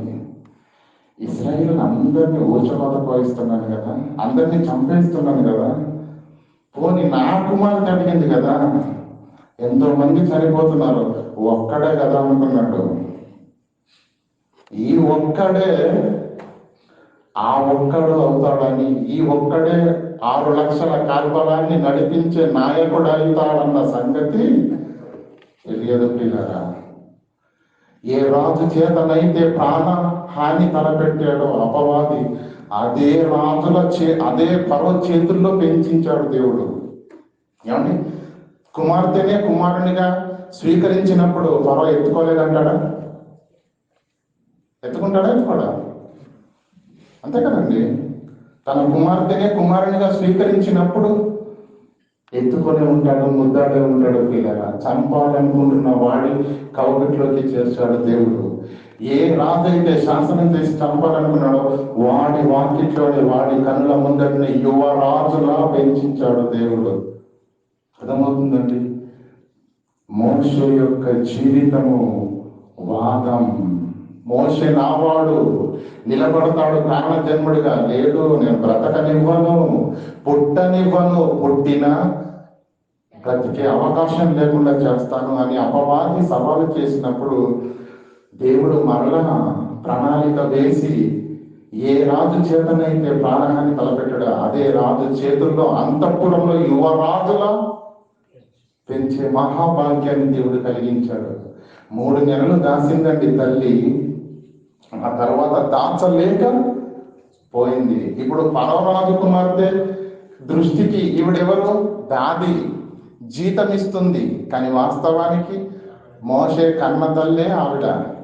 బిక్కుమంటూ భయపడుతూ తన ఇంట్లో బ్రతికే ఆవిడ ఇప్పుడు అంతఃపురములో దర్జాగా తన యొక్క పాలన ఇస్తూ యువరాజులాగా పెంచే మహోన్న తరుణం ప్రియులారా మోషే గారి జీవితం. అర్థమవుతుందా లేదా? ఇలా జరుగుతున్నప్పుడు ప్రియులారా ఎవరిని పెంచుతున్నారు? తల్లే కదండి. ఏం ఏం ఏం చెప్పి పెంచుతుంది అనుకుంటున్నారు? సమస్తమును చెప్పుకుంటూనే పెంచుతుంది ప్రియులారా. గోరు ముద్దలతో పాటు నాయన మనమంతము ఇశ్రాయేలీలము, ఒకనాడు మనం ఇక్కడికి వచ్చాము, బానిసలుగా మనం మారిపోయాము, ఇదిగో మన జనాంగం ఇది, ఇదిగో మన పరిస్థితి ఇది అని ప్రతి విషయాన్ని రంగరించి మరీ ముద్దతో కలిపి పెడుతూ ప్రతి విషయాన్ని నేర్పించుకుంటూ పెంచిందండి. అలా పెరిగినప్పుడు మోషే 11వ వచనం.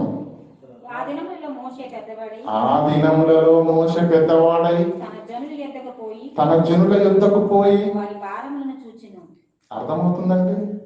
ఎందుకంటే మోషే తల్లే పెంచింది. పెంచినప్పుడు తల్లి ఏం చెప్తుందండి? తన బంధువర్గం గురించి, తన స్వజనుల గురించి, ఇది మన జాతి, ఇది మన వర్గము, మనమంతా ఇశ్రాయేలీలము, మనమంతా అబ్రహాము సంతానము. ఒకనాడు ఇక్కడికి వచ్చి యేసేపు వలన ఈ దేశంలో మనకు స్థానం దక్కింది. కానీ ఈనాడు యేసేపు చేసిన మేలును మర్చిపోయి రాజు మహిళ కపటంగా ప్రవర్తిస్తున్నాడు. నువ్వు పుట్టే సమయంలోనే మగపిల్లలుగా పుట్టిన వారందరినీ చంపించి నదిలో పారవేయమని ఆజ్ఞ ఇచ్చాడు. కానీ ఆ తరుణంలో దేవుడు మహాకృపను బట్టి ఒక ఉన్నతమైన ఆలోచన చేత జమ్ము పెట్టి చేసి నిన్ను నదిలో వేసినప్పుడు ఫరో కుమార్తె కంటపడటము, ఆ ఫరో కుమార్తె నిన్ను చూసి కోరుకొని ఈ పిల్లవాడిని నేను పెంచుకుంటానని అడగడము, వీళ్ళ అంతఃపురంలోకి రావడము, ఇదంతా జరిగింది నాయన. మనం ఇశ్రాయేలీలము అనే ప్రతి మాటను బాలతో పాటు గోరుముద్దలతో పాటు రంగడించి పెంచేసరికి పెద్దవాడు కాగానే తన ప్రజల యుద్ధకు వెళ్ళాలని ఆలోచన వచ్చింది. ఆ దినములలో మోసే పెద్దవాడు అయినప్పుడు జనుల యుద్ధకు పోయి వారి భారములను చూచెను. వారి భారములను చూచెను. అప్పుడు అతడు తన జనులలో ఒక ఎబ్రీయుని బాగా రచించాడు. భారాలను చూశాడు. కఠినంగా సేవ చేయించుకున్న ఆ కాఠిన్యమును చూస్తున్నాడు, ఆ దాస్యమును చూస్తున్నాడు, తట్టుకోలేకపోతున్నాడు. వారి భారములను చూచెను. అప్పుడు అతడు తన జనులలో ఒక ఎబ్రీయుని ఒక ఐగుప్తుడు కొత్తగా చూచెను. బాగా రచించాడు. ఒక హెబ్రీయుని అంటే ఒక ఇశ్రాయేలీని ఒక ఐగుప్తు దేశానికి సంబంధించిన వాడు కొడితే చూచెను. అతడు ఇటు అటు తిరిగి చూచి ఇంకా మోషే గారి ఆవేశం కట్టలు పెంచుకుందండి. నా వాణ్ణి కొడతావా? అటు చూశాడు, ఇటు చూశాడు, ఎవ్వరు లేడు. శుభ్రంగా ఐగుప్తుని చంపి ఇసుకలో పాతేసేశాడు, ఇసుకలో కప్పి పెట్టేశాడు.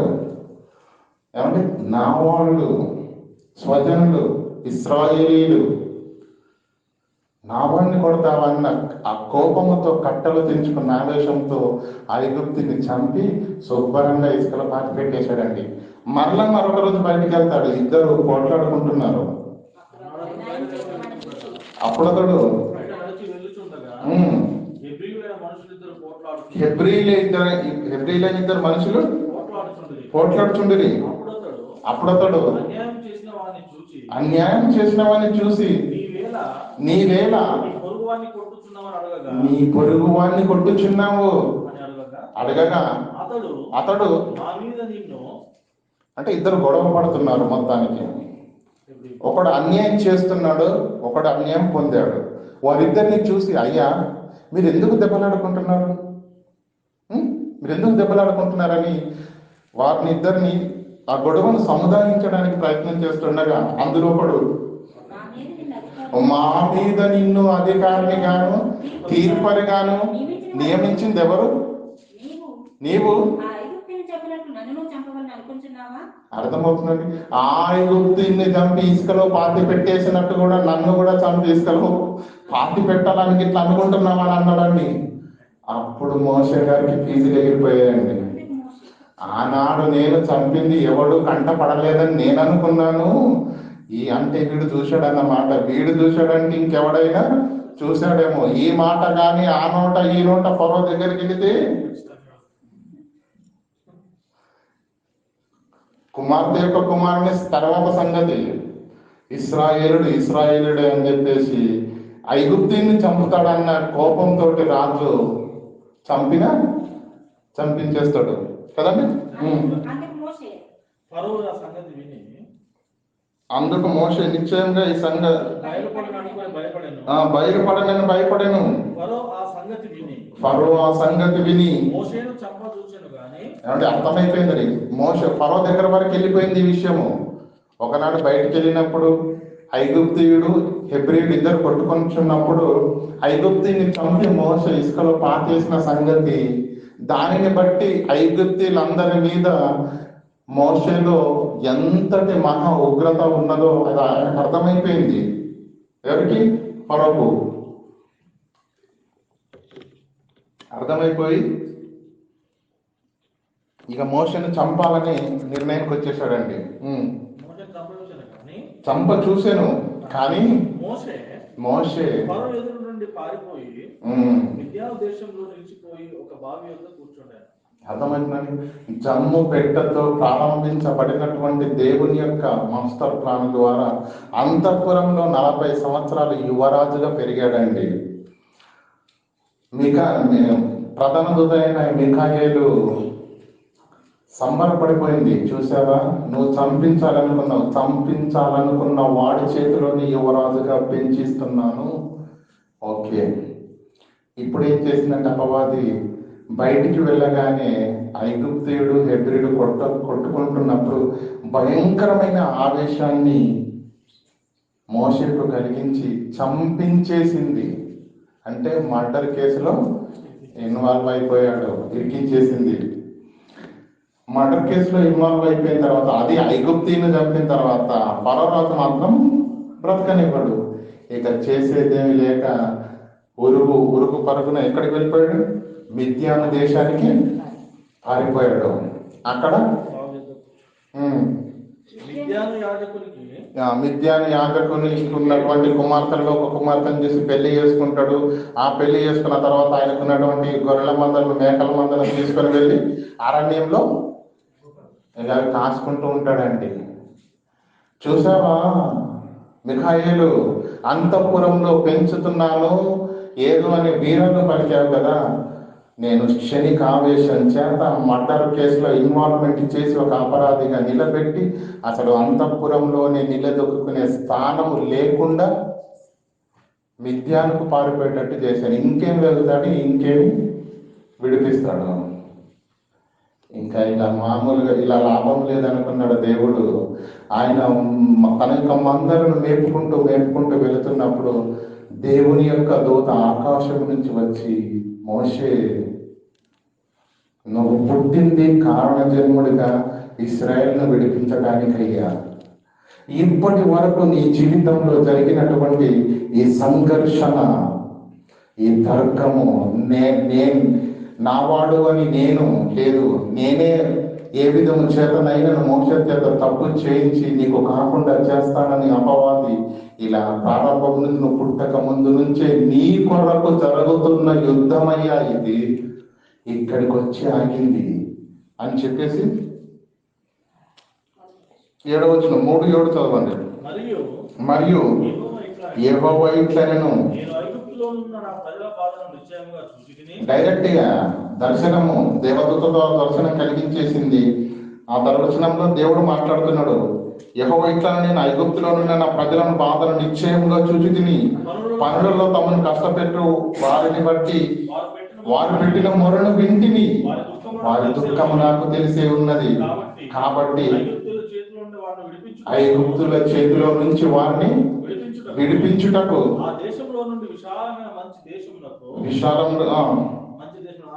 అనగా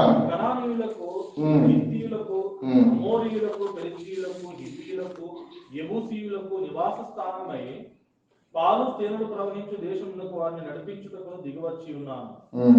ఇజ్రాయేలీయుల మొర నిజముగా నా యొద్దకు చేరినది. ఇజ్రాయేలీయులు వారిని పెట్టున్న హింస చూచుకుని కాగా రమ్ము, నిన్ను ఫరో యొద్దకు పంపెదను. ఇజ్రాయేలీయులైన నా ప్రజలను నీవు ఐగుప్తులో నుండి తోడుకొని పోవాలన్నాను. అందుకు మోషే, నేను ఫరో యొద్దకు వెళ్ళటకు ఇశ్రాయేలీయులైన నా ప్రజలను నీవు ఐగుప్తు నుండి తోడుకొని పోవలెను. ఇదయ్యా నీ జన్మకు పరమార్థం. ఇందుకు పుట్టావు, ఈ మహాకార్యాన్ని నెరవేర్చడానికి కారణ జన్ముడిగా పుట్టావయ్యా మోషే. ఏంటి అరణ్యంలో గొర్రెలను తోలుతున్నావు? ఇది కాదు, నువ్వు నెరవేర్చవలసిన కార్యం ఒకటి ఉంది అని చెప్పేసి అప్పుడు దేవుడు దేవదూత ద్వారా దర్శనాన్ని ఇచ్చి మోషేతో మాట్లాడించి తన యొక్క జన్మ పరమార్థం ఇది అని చెప్పిన తర్వాత అప్పుడు బయలుదేరతాడండి మోషే దగ్గరికి. ముందు సనుగుతాడు, అయ్యా నేను వెళ్ళను, ముందునే మర్డర్ కేసులో ఇన్వాల్వ్ అయిపోయాను, అక్కడికి వెళ్ళానంటే ముందు నమ్మేసేస్తాడు, వాళ్ళని తీసుకొచ్చే మాట తర్వాత, అంతేనా? లేదు మోషే, నీకు నేను తోడై ఉన్నాను, నువ్వు వెళ్ళు. సరే నేను వెళ్తానయ్యా. వెళ్ళగానే నీ ప్రజలున్నారు ఇశ్రాయేలులు, నువ్వే నన్ను పంపేమని వాళ్ళు నమ్ముతారా? నమ్మరు. నువ్వు లేనిపోని కబుర్లు చెప్తున్నావు మేము రాము అంటారు. అప్పుడు ఏంటి అన్నప్పుడు నీ చేతిలో కర్ర ఉందా? అవును, కింద పారే పామైపోయింది. మరలా పట్టుకో అన్నాడు, కర్ర అయిపోయింది. నీ చేతులు తీసి ఛాతి పైన పెట్టుకో అన్నాడు, పెట్టుకోగానే భయంకరమైన కుష్ఠం వచ్చేసింది. మరలా తీసివేయగానే పసిపిల్లల దేహంలో ఆరోగ్యంగా మారిపోయింది. భూమి మీద ఉమ్మన్నాడు, ఉమ్మగా ఏమైంది? రక్తం. అంతేనా? ఇక 3 సూచక్రియలు నువ్వు వారి ఎదుట చేసి చూపించు, అప్పుడు వాళ్ళకి అర్థమైపోతుంది ఇశ్రాయేళ్ల దేవుడైన యెహోవాయే నిన్ను పంపాడని వాళ్ళు అర్థం చేసుకొని నీ మాట విని నీతో వస్తారు. కానీ అర్థమవుతుందండి? మరలా యూద పత్రిక 1వ అధ్యాయం 9వ వచనం.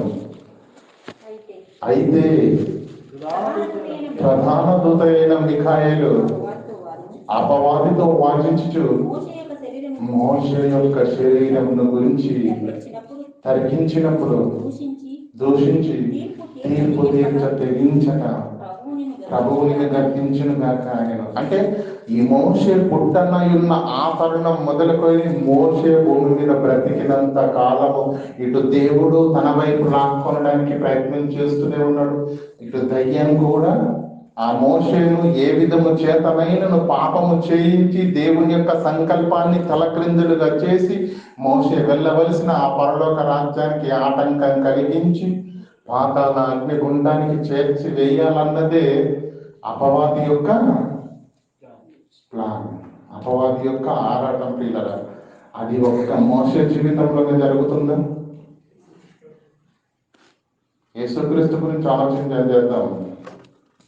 గలతీ పత్రికలో ఒక మాట ఉంటుందండి, కాలము సంపూర్ణమైనప్పుడు అని ఉంటుంది. 4:4 అయితే కాలము పరిపూర్ణమైనప్పుడు దేనికి? అంటే ప్రారంభోత్సవం చేయాలనుకోండి, ముహూర్తం పెట్టుకుంటారు కదండి. ముహూర్తం పెట్టుకొని మరీ ఇలా మార్చుతూ చూస్తారండి. మనము నిర్ణయించినటువంటి సమయం రావాలి. అంతేనా? సమయం ఇక్కడ ఏమన్నా రాయబడిందండి? కాలము పరిపూర్ణమైనప్పుడు దేవుడు నిర్ణయించిన గడియ. ఏమంటే యేసుక్రీస్తు అనుకోకుండా పంపబడిన వాడు కాదండి. ఖచ్చితంగా ఈ నెలలో ఈ తారీఖున ఈ సమయంలో వెళ్ళాలి అని దేవుడు నిర్ణయించాడు. ఆ సమయం వచ్చేంత వరకు వేచి చూసి కాలము సంపూర్ణమైనప్పుడు యేసుక్రీస్తు భూమి మీదకి వచ్చాడండి. వచ్చి రాగానే ఎలా జరిగిందో యేసుక్రీస్తు జన్మ మనం చిన్నప్పటి నుంచి వింటూనే ఉన్నాం. ఏమంటే జ్ఞానులు వచ్చారు, యూదులకు రాజుగా పుట్టిన వాడు ఎక్కడున్నాడని అడిగేసరికి అప్పటికే యూదాకు రాజుగా ఉన్నటువంటి రాజు గుండె జారిపోయింది. నేను కదా రాజును, యూదులకు రాజుగా ఇంకొకరు పుట్టాడంటారేంటి? ప్రధానులను, అధికారులను, ధర్మశాస్త్రోపదేశకులను పిలిపించాడు. ఏంటి మాట అంటే లేఖనాలను, ధర్మశాస్త్రాన్ని మొత్తం త్రిప్పేసి అవునయ్యా, ప్రవక్తల ప్రవచనాల్లో ఒక ప్రవచనం ఉంది, యూదా దేశపు బెత్లెహేమా, నీవు యూదా ప్రధానంలో ఎంత మాత్రం అల్పమైన దానము కావు. ఇశ్రాయేలీలను, నా ప్రజలను ఏడు అధిపతి నీలో నుండి వచ్చినట్టే ఇశ్రాయేలు ఏలబోయే రాజు ఈ బెత్లెహేములో పుడతాడని ప్రవచనం ఉందయ్యా అనేసరికి ఏం చేశాడు? అప్పుడు హేరోదు ఏం చేస్తాడంటే, నాయన మీరు వెళుతున్నారు కదా, ఆయనను తెలుసుకోండి, ఎక్కడున్నాడు తెలుసుకొని అతన్ని పూజించి మీరు వచ్చేటప్పుడు నాకు కూడా సమాచారం ఇవ్వండి, నేను కూడా వెళ్ళి పూజిస్తాను అన్నాడు.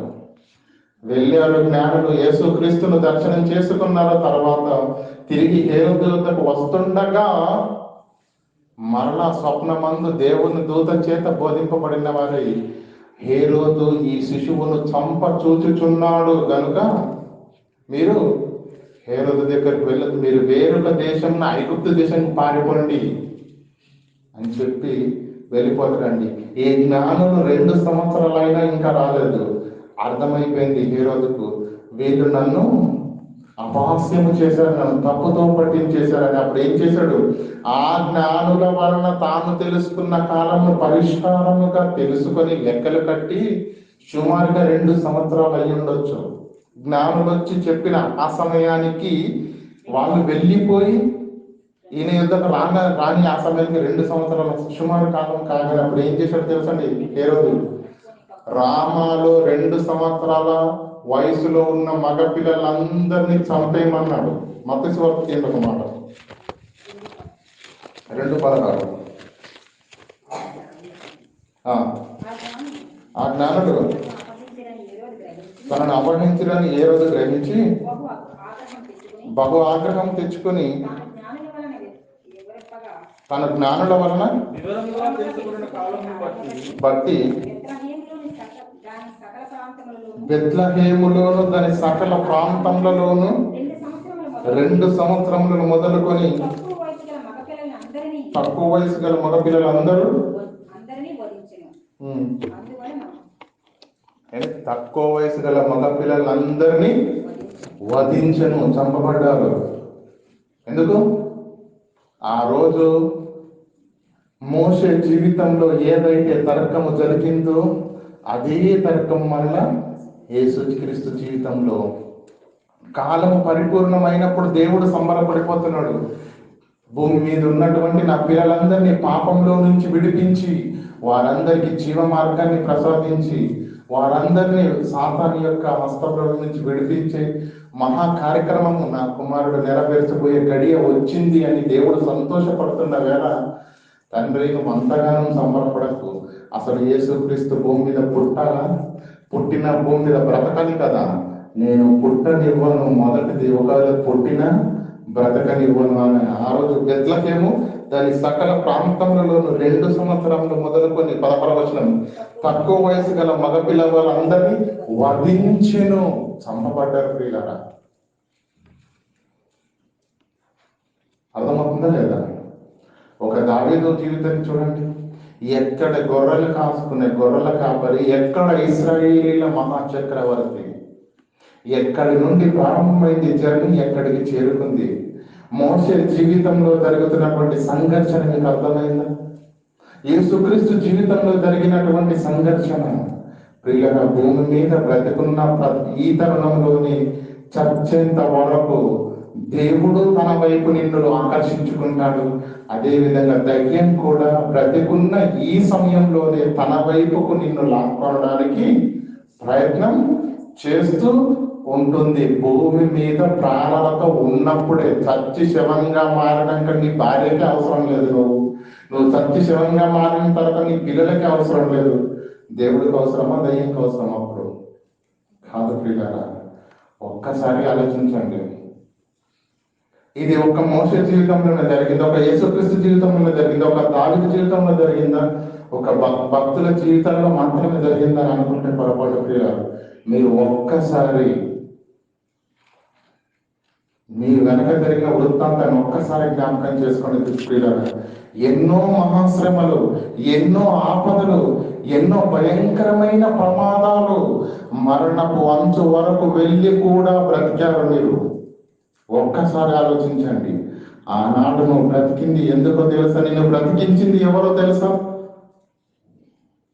ఎప్పటికప్పుడు నిన్ను చంపి పాతాల అగ్నిగుండానికి నడిపించాలన్నది అపవాది యొక్క ఆలోచన అయితే, ఎప్పటికప్పుడు నిన్ను కాపాడుతూ, ఎప్పటికప్పుడు నిన్ను రక్షిస్తూ, తన వైపు ఆకర్షించుకుంటూ, ఈనాడు కాకపోతే రేపైనా, రేపు కాకపోతే మరో నాడైనా నా కుమారుడు నా మాటలు వింటాడు, విన్న తర్వాత నిలబడతాడు, నిలబడ్డ తర్వాత జీవితాన్ని దిద్దుకుంటాడు, నా కొరకు బ్రతుకుతాడన్న ఆలోచనతో ఎప్పటి నుంచో దేవుడు నిన్ను నన్ను కాపాడుతూనే ఉన్నాడు. ఒక మోషేను కాపాడినట్టుగా, ఒక యేసుక్రీస్తును కాపాడినట్టుగా, ఒక దావీదును నిలబెట్టినట్టుగా ప్రియులారా. కాబట్టి గొర్రెలు కాచుకునే స్థాయి ఎక్కడిది? ఇశ్రాయేలీల యొక్క మహాసింహాసనం మీద చక్రవర్తిగా కూర్చునే భాగ్యము అది మనుషుల వలన కలిగినది కాదు ప్రియులారా. ఒకసారి ఆలోచించండి, ఎటువైపు ఉంది మన ప్రయాణము? ఏది నిన్ను ఆకర్షిస్తుంది? ఏమంటే మధ్యలో మనిషి ఉన్నాడు ప్రియులారా. ఒకవైపు దేవుడు, మరోవైపు అపవాది. రెండు ఆకర్షిస్తున్నవి. నీ ప్రయాణం ఎటుంది? అర్థమవుతుందండి? నీ ప్రయాణం ఎటు ఉంది? ఆత్మ నడిపింపు చేత నడపబడుతున్నావా? దయ్యపు ప్రేరేపణకు లోపడుతున్నావా? ఇన్ని మాటలు వింటున్నాం, చరణం కలుగుతుందండి. ఇన్ని మాటలు వింటున్నాం లోతుగా. ఒకనాడు మోషే జీవితంలో జరిగినటువంటి వృత్తాంతాలను మనం జ్ఞాపకం చేసుకుంటే పిల్లరా, ఎక్కడి నుంచి ప్రారంభమైంది పిల్లరా? అసలు బ్రతికి బట్ట కట్టే అవకాశం ఉందండి మోషే గారు? లేదు పిల్లరా. కానీ బ్రతికాడు. కారణం దేవుడు. ఈరోజు ప్రతి మనిషిని నిలబెట్టింది కూడా దేవుడే. ఒక మాట చెప్తానండి, చిన్న పిల్లల్ని నీళ్ళలో వేసేసారు అనుకోండి, స్విమ్మింగ్ పూల్లో చనిపోయిన సందర్భాలు కోకల్లోగా కనిపిస్తుంటాయి. లేదంటే మన ఇంటి కాడ ఉంటాయి కదండి ఇట్లా నీళ్ళ తొట్టిలో కూడా పడిపోయి చనిపోతారు. అటువంటి సందర్భాలు కోకలుగా మనం చూసాము. అవునా కదా? తల్లి గర్భములో ఆ నీళ్ళలోనే బ్రతికాము, తెలుసా? తల్లి గర్భములో, తల్లి వలయములో, గర్భ వలయంలో ఉంటుండగా నీవు అందులో నీ చుట్టూ ఫుల్లుగా నీళ్లు, అమ్మ నీరు. అర్థమవుతుంది? ఏ నీళ్ళలో చనిపోతున్నావు, మరి ఆ నీళ్ళు ఎలా బ్రతికావు? పెండమునై ఉండగా ఆయన కన్నులు నిన్ను. అప్పటి నుంచి చాలా అయింది పిల్లలు. ఆయన పర్యవేక్షణ అప్పటి నుంచి ప్రారంభమైంది. ఆయన కాపుదల అప్పటి నుంచి. ఆయన నీ కొరకు చేస్తున్న ప్రతి ప్రణాళిక, చేస్తున్న ప్రతి ఆలోచనని నిన్ను కాపాడుకుంటూనే వస్తున్నాడు ఇప్పటి వరకు కూడా.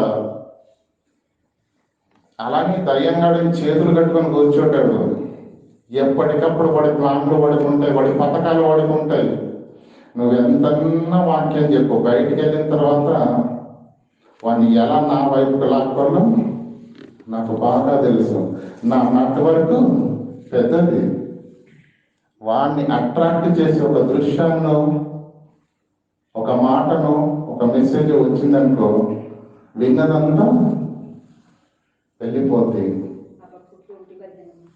ఎవరు 1:15 ఏమండి? వాడు ఎలా మనుషులను లోపరుచుకుంటున్నాడు ఒకసారి చూడండి. హబక్కూకు 1:15 వాడు గాలము వేసి గాలము వేస్తున్నాడట. చేపలు పట్టడానికి వెళ్ళాక చెరుకు గాలానికి చిన్న ఎర వేస్తామండి.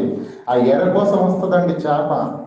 ఏదో మాంసం ముక్క దొరికింది, గబుక్కను మింగేద్దామని ఆ మాంసపు ముక్కను తినడానికి నోరు తెరవగానే ఆ మాంసపు ముక్క లోపల దాగినటువంటి ఇనుప కడ్డి తన యొక్క గుండెలను చీల్చుకుంటూ వెళ్ళి తన దవడలో నుంచి బయటకు వచ్చేస్తుందండి. అప్పుడు గిల గిల గిల గిల కొట్టుకుంటుంది.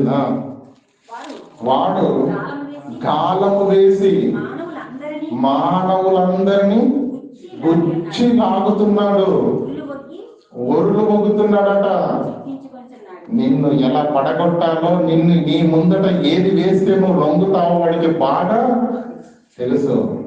మీకు విషయం తెలుసో లేదో పిల్లరా, మన బలము మనకు తెలియదు, మన బలహీనత మనకు తెలియదు. కానీ మన బలహీనత ఖచ్చితంగా అపవాది గాడికి బాగా తెలుసు. వీడికి బిస్కెట్ అయ్యాలా, మాంసం ముఖ్యంగా వాడికి బాగా తెలుసు. మన బలహీనత ఏంటో తెలిసి బలహీనత మీదే కొడతాడు పిల్లలు. వాడు తన బలతో కూర్చుకొని సంతోషపడి అర్థమవుతుందండి. ఆదాము అవ్వలు ఉన్నప్పుడేమో గాలం వేశాడు. కొద్ది జనాలు ఉన్నారు కదా, తర్వాత ఏం చేశాడు? ఒరులు గొగ్గుతున్నాడు. ఇప్పుడు ఏం చేస్తున్నాడట? ఇక ఒకళ్ళు ఇద్దరితో గారెలతో పనవట్లేదని ఏం చేశాడట? ఇప్పుడు వల ఒక్కసారి విసిరగానే ఆ వలలోనికి వచ్చేస్తున్నారు అందరూ. ఒక దృశ్యాన్ని చూపా, ఒక భయంకరమైన సన్నివేశాన్ని చూపా.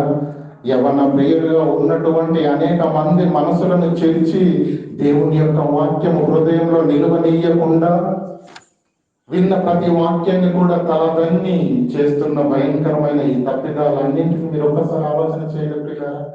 ఎవరి నెట్వర్క్ లో పనిచేస్తున్నావు నువ్వు? ఎవరి ఆకర్షణకు లోబడుతున్నావు? దేవుని మాటలు వింటున్నావు, దేవుని మాటలకు లోబడుతున్నావా? దేవుని మాటలకు స్పందిస్తున్నావా?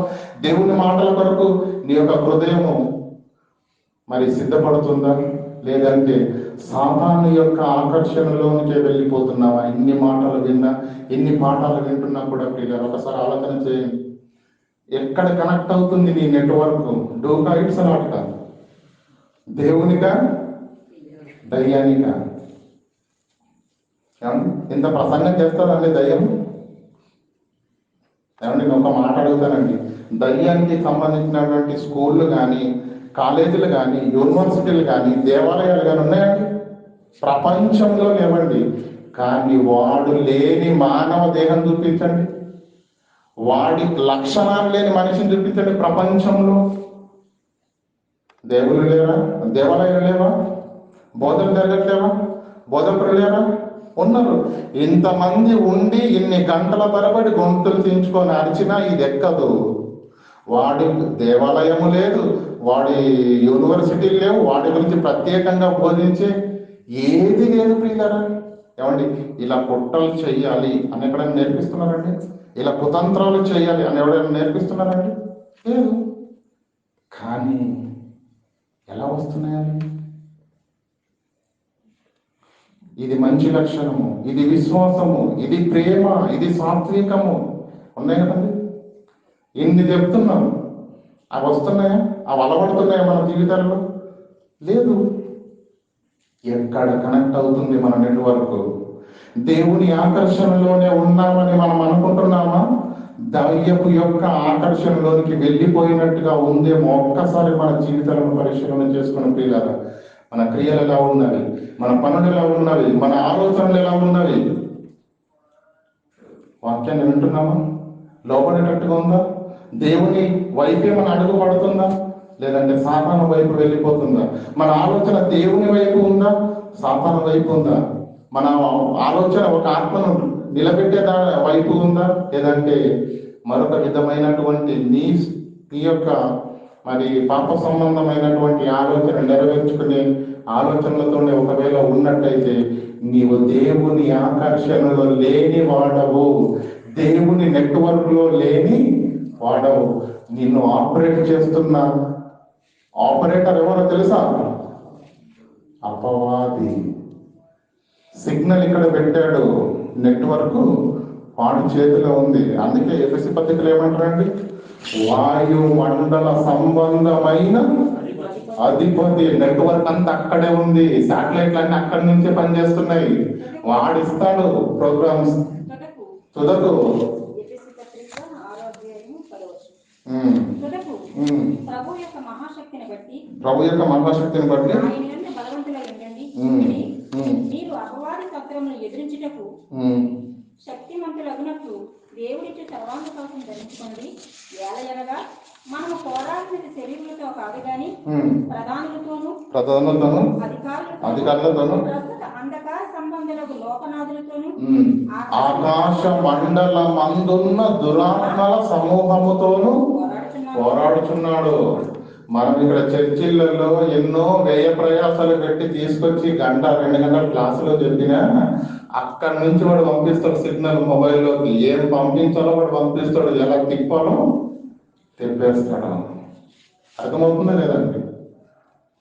దేవా నీ ఎదుట నేను పాపం చేయకుండాన్నట్లు నీ ధర్మశాస్త్రాన్ని, నీ వాక్యాన్ని ఉందంటావా? ఉందంటారా? అది ఉంటే చాలా సంతోషం ప్రియులారా. పాపానికి లొంగకుండా ఉంటాం. అది లేకుండా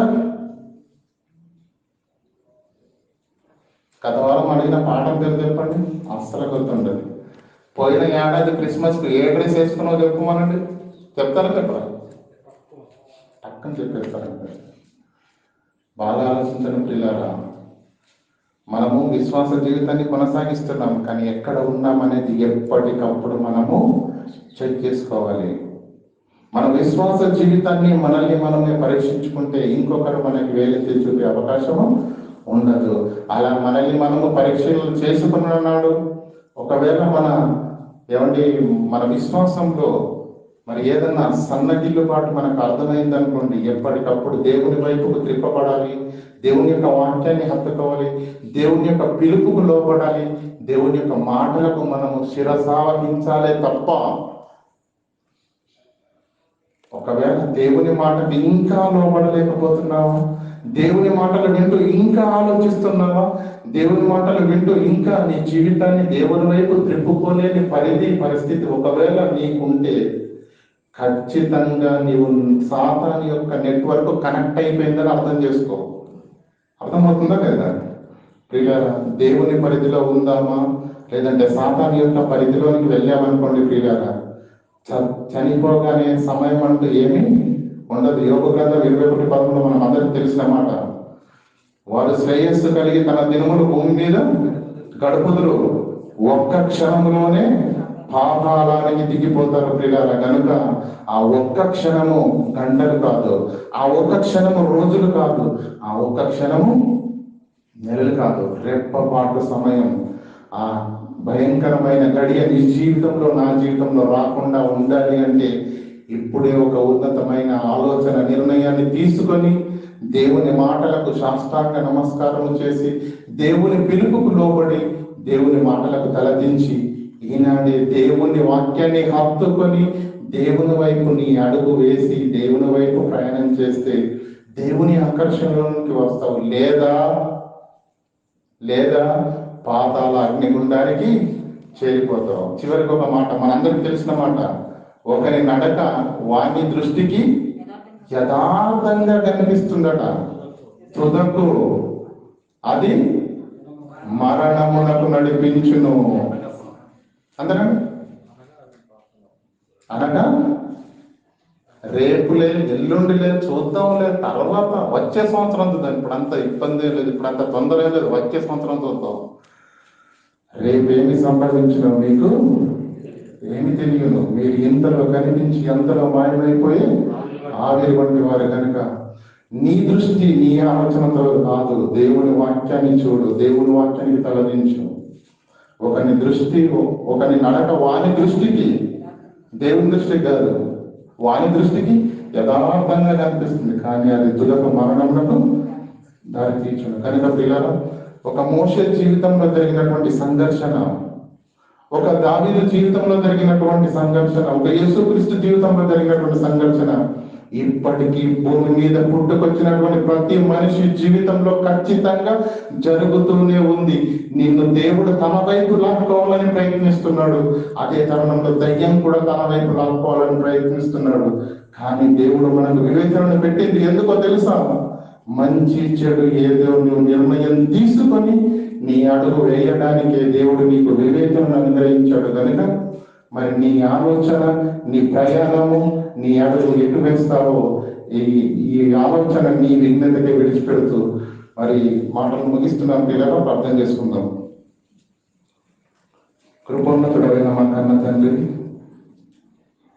మా వెనకాల జరుగుతున్నటువంటి మహా వృత్తాంతాన్ని తండ్రి మేము ఆలోచించలేకపోతున్నాం తండ్రి. లేఖనాల నుంచి తండ్రి, ఒకనాడు మోషే భూమి మీద పుట్టక ముందు నుంచి ఆయన జీవితంలో జరిగినటువంటి మహా సంఘర్షణను తండ్రి మేము విన్నాం తండ్రి. ఒక యేసుక్రీస్తు జీవితంలో జరిగింది కనుక అదే విధంగా ఒక దావీదు జీవితంలో కూడా జరిగింది తండ్రి. ఇలా ఆలోచించుకుంటూ వస్తే ఈ రోజు భూమి మీద పుట్టినటువంటి మేము ఈ భూమి మీద పుట్టిన ప్రతి ఒక్కరి జీవితంలో తండ్రి ప్రాణాలతో ఉన్నంత వరకు ప్రతి క్షణము ప్రతి కుమారుని నీవు హక్కున చేర్చుకోవాలని ప్రయత్నం చేస్తున్నావు తండ్రి. అదే తరుణంలో అపవాది కూడా ఆ ప్రతి మనిషిని పాతాళ అగ్నిగుండానికి నడిపించడానికి వాడు చేస్తున్న ఆలోచనలు, వేస్తున్న ఎత్తులు తండ్రి మానవులకు అర్థం కాకుండా వాడి యొక్క ఉచ్చులో, వాడి యొక్క ఒరిలో, వారి యొక్క వలలో చిక్కుకొని అనేకులు తండ్రి మీ ఆకర్షణలోనికి లాగలేకపోతున్నారు, మీ మాటకు లోబడలేకపోతున్నారు, మీకు తలదించి మిమ్మల్ని చేరుకోలేకపోతున్నారేమో తండ్రి. అందుకే ఈ మాటలు మాకు వినిపించారేమో.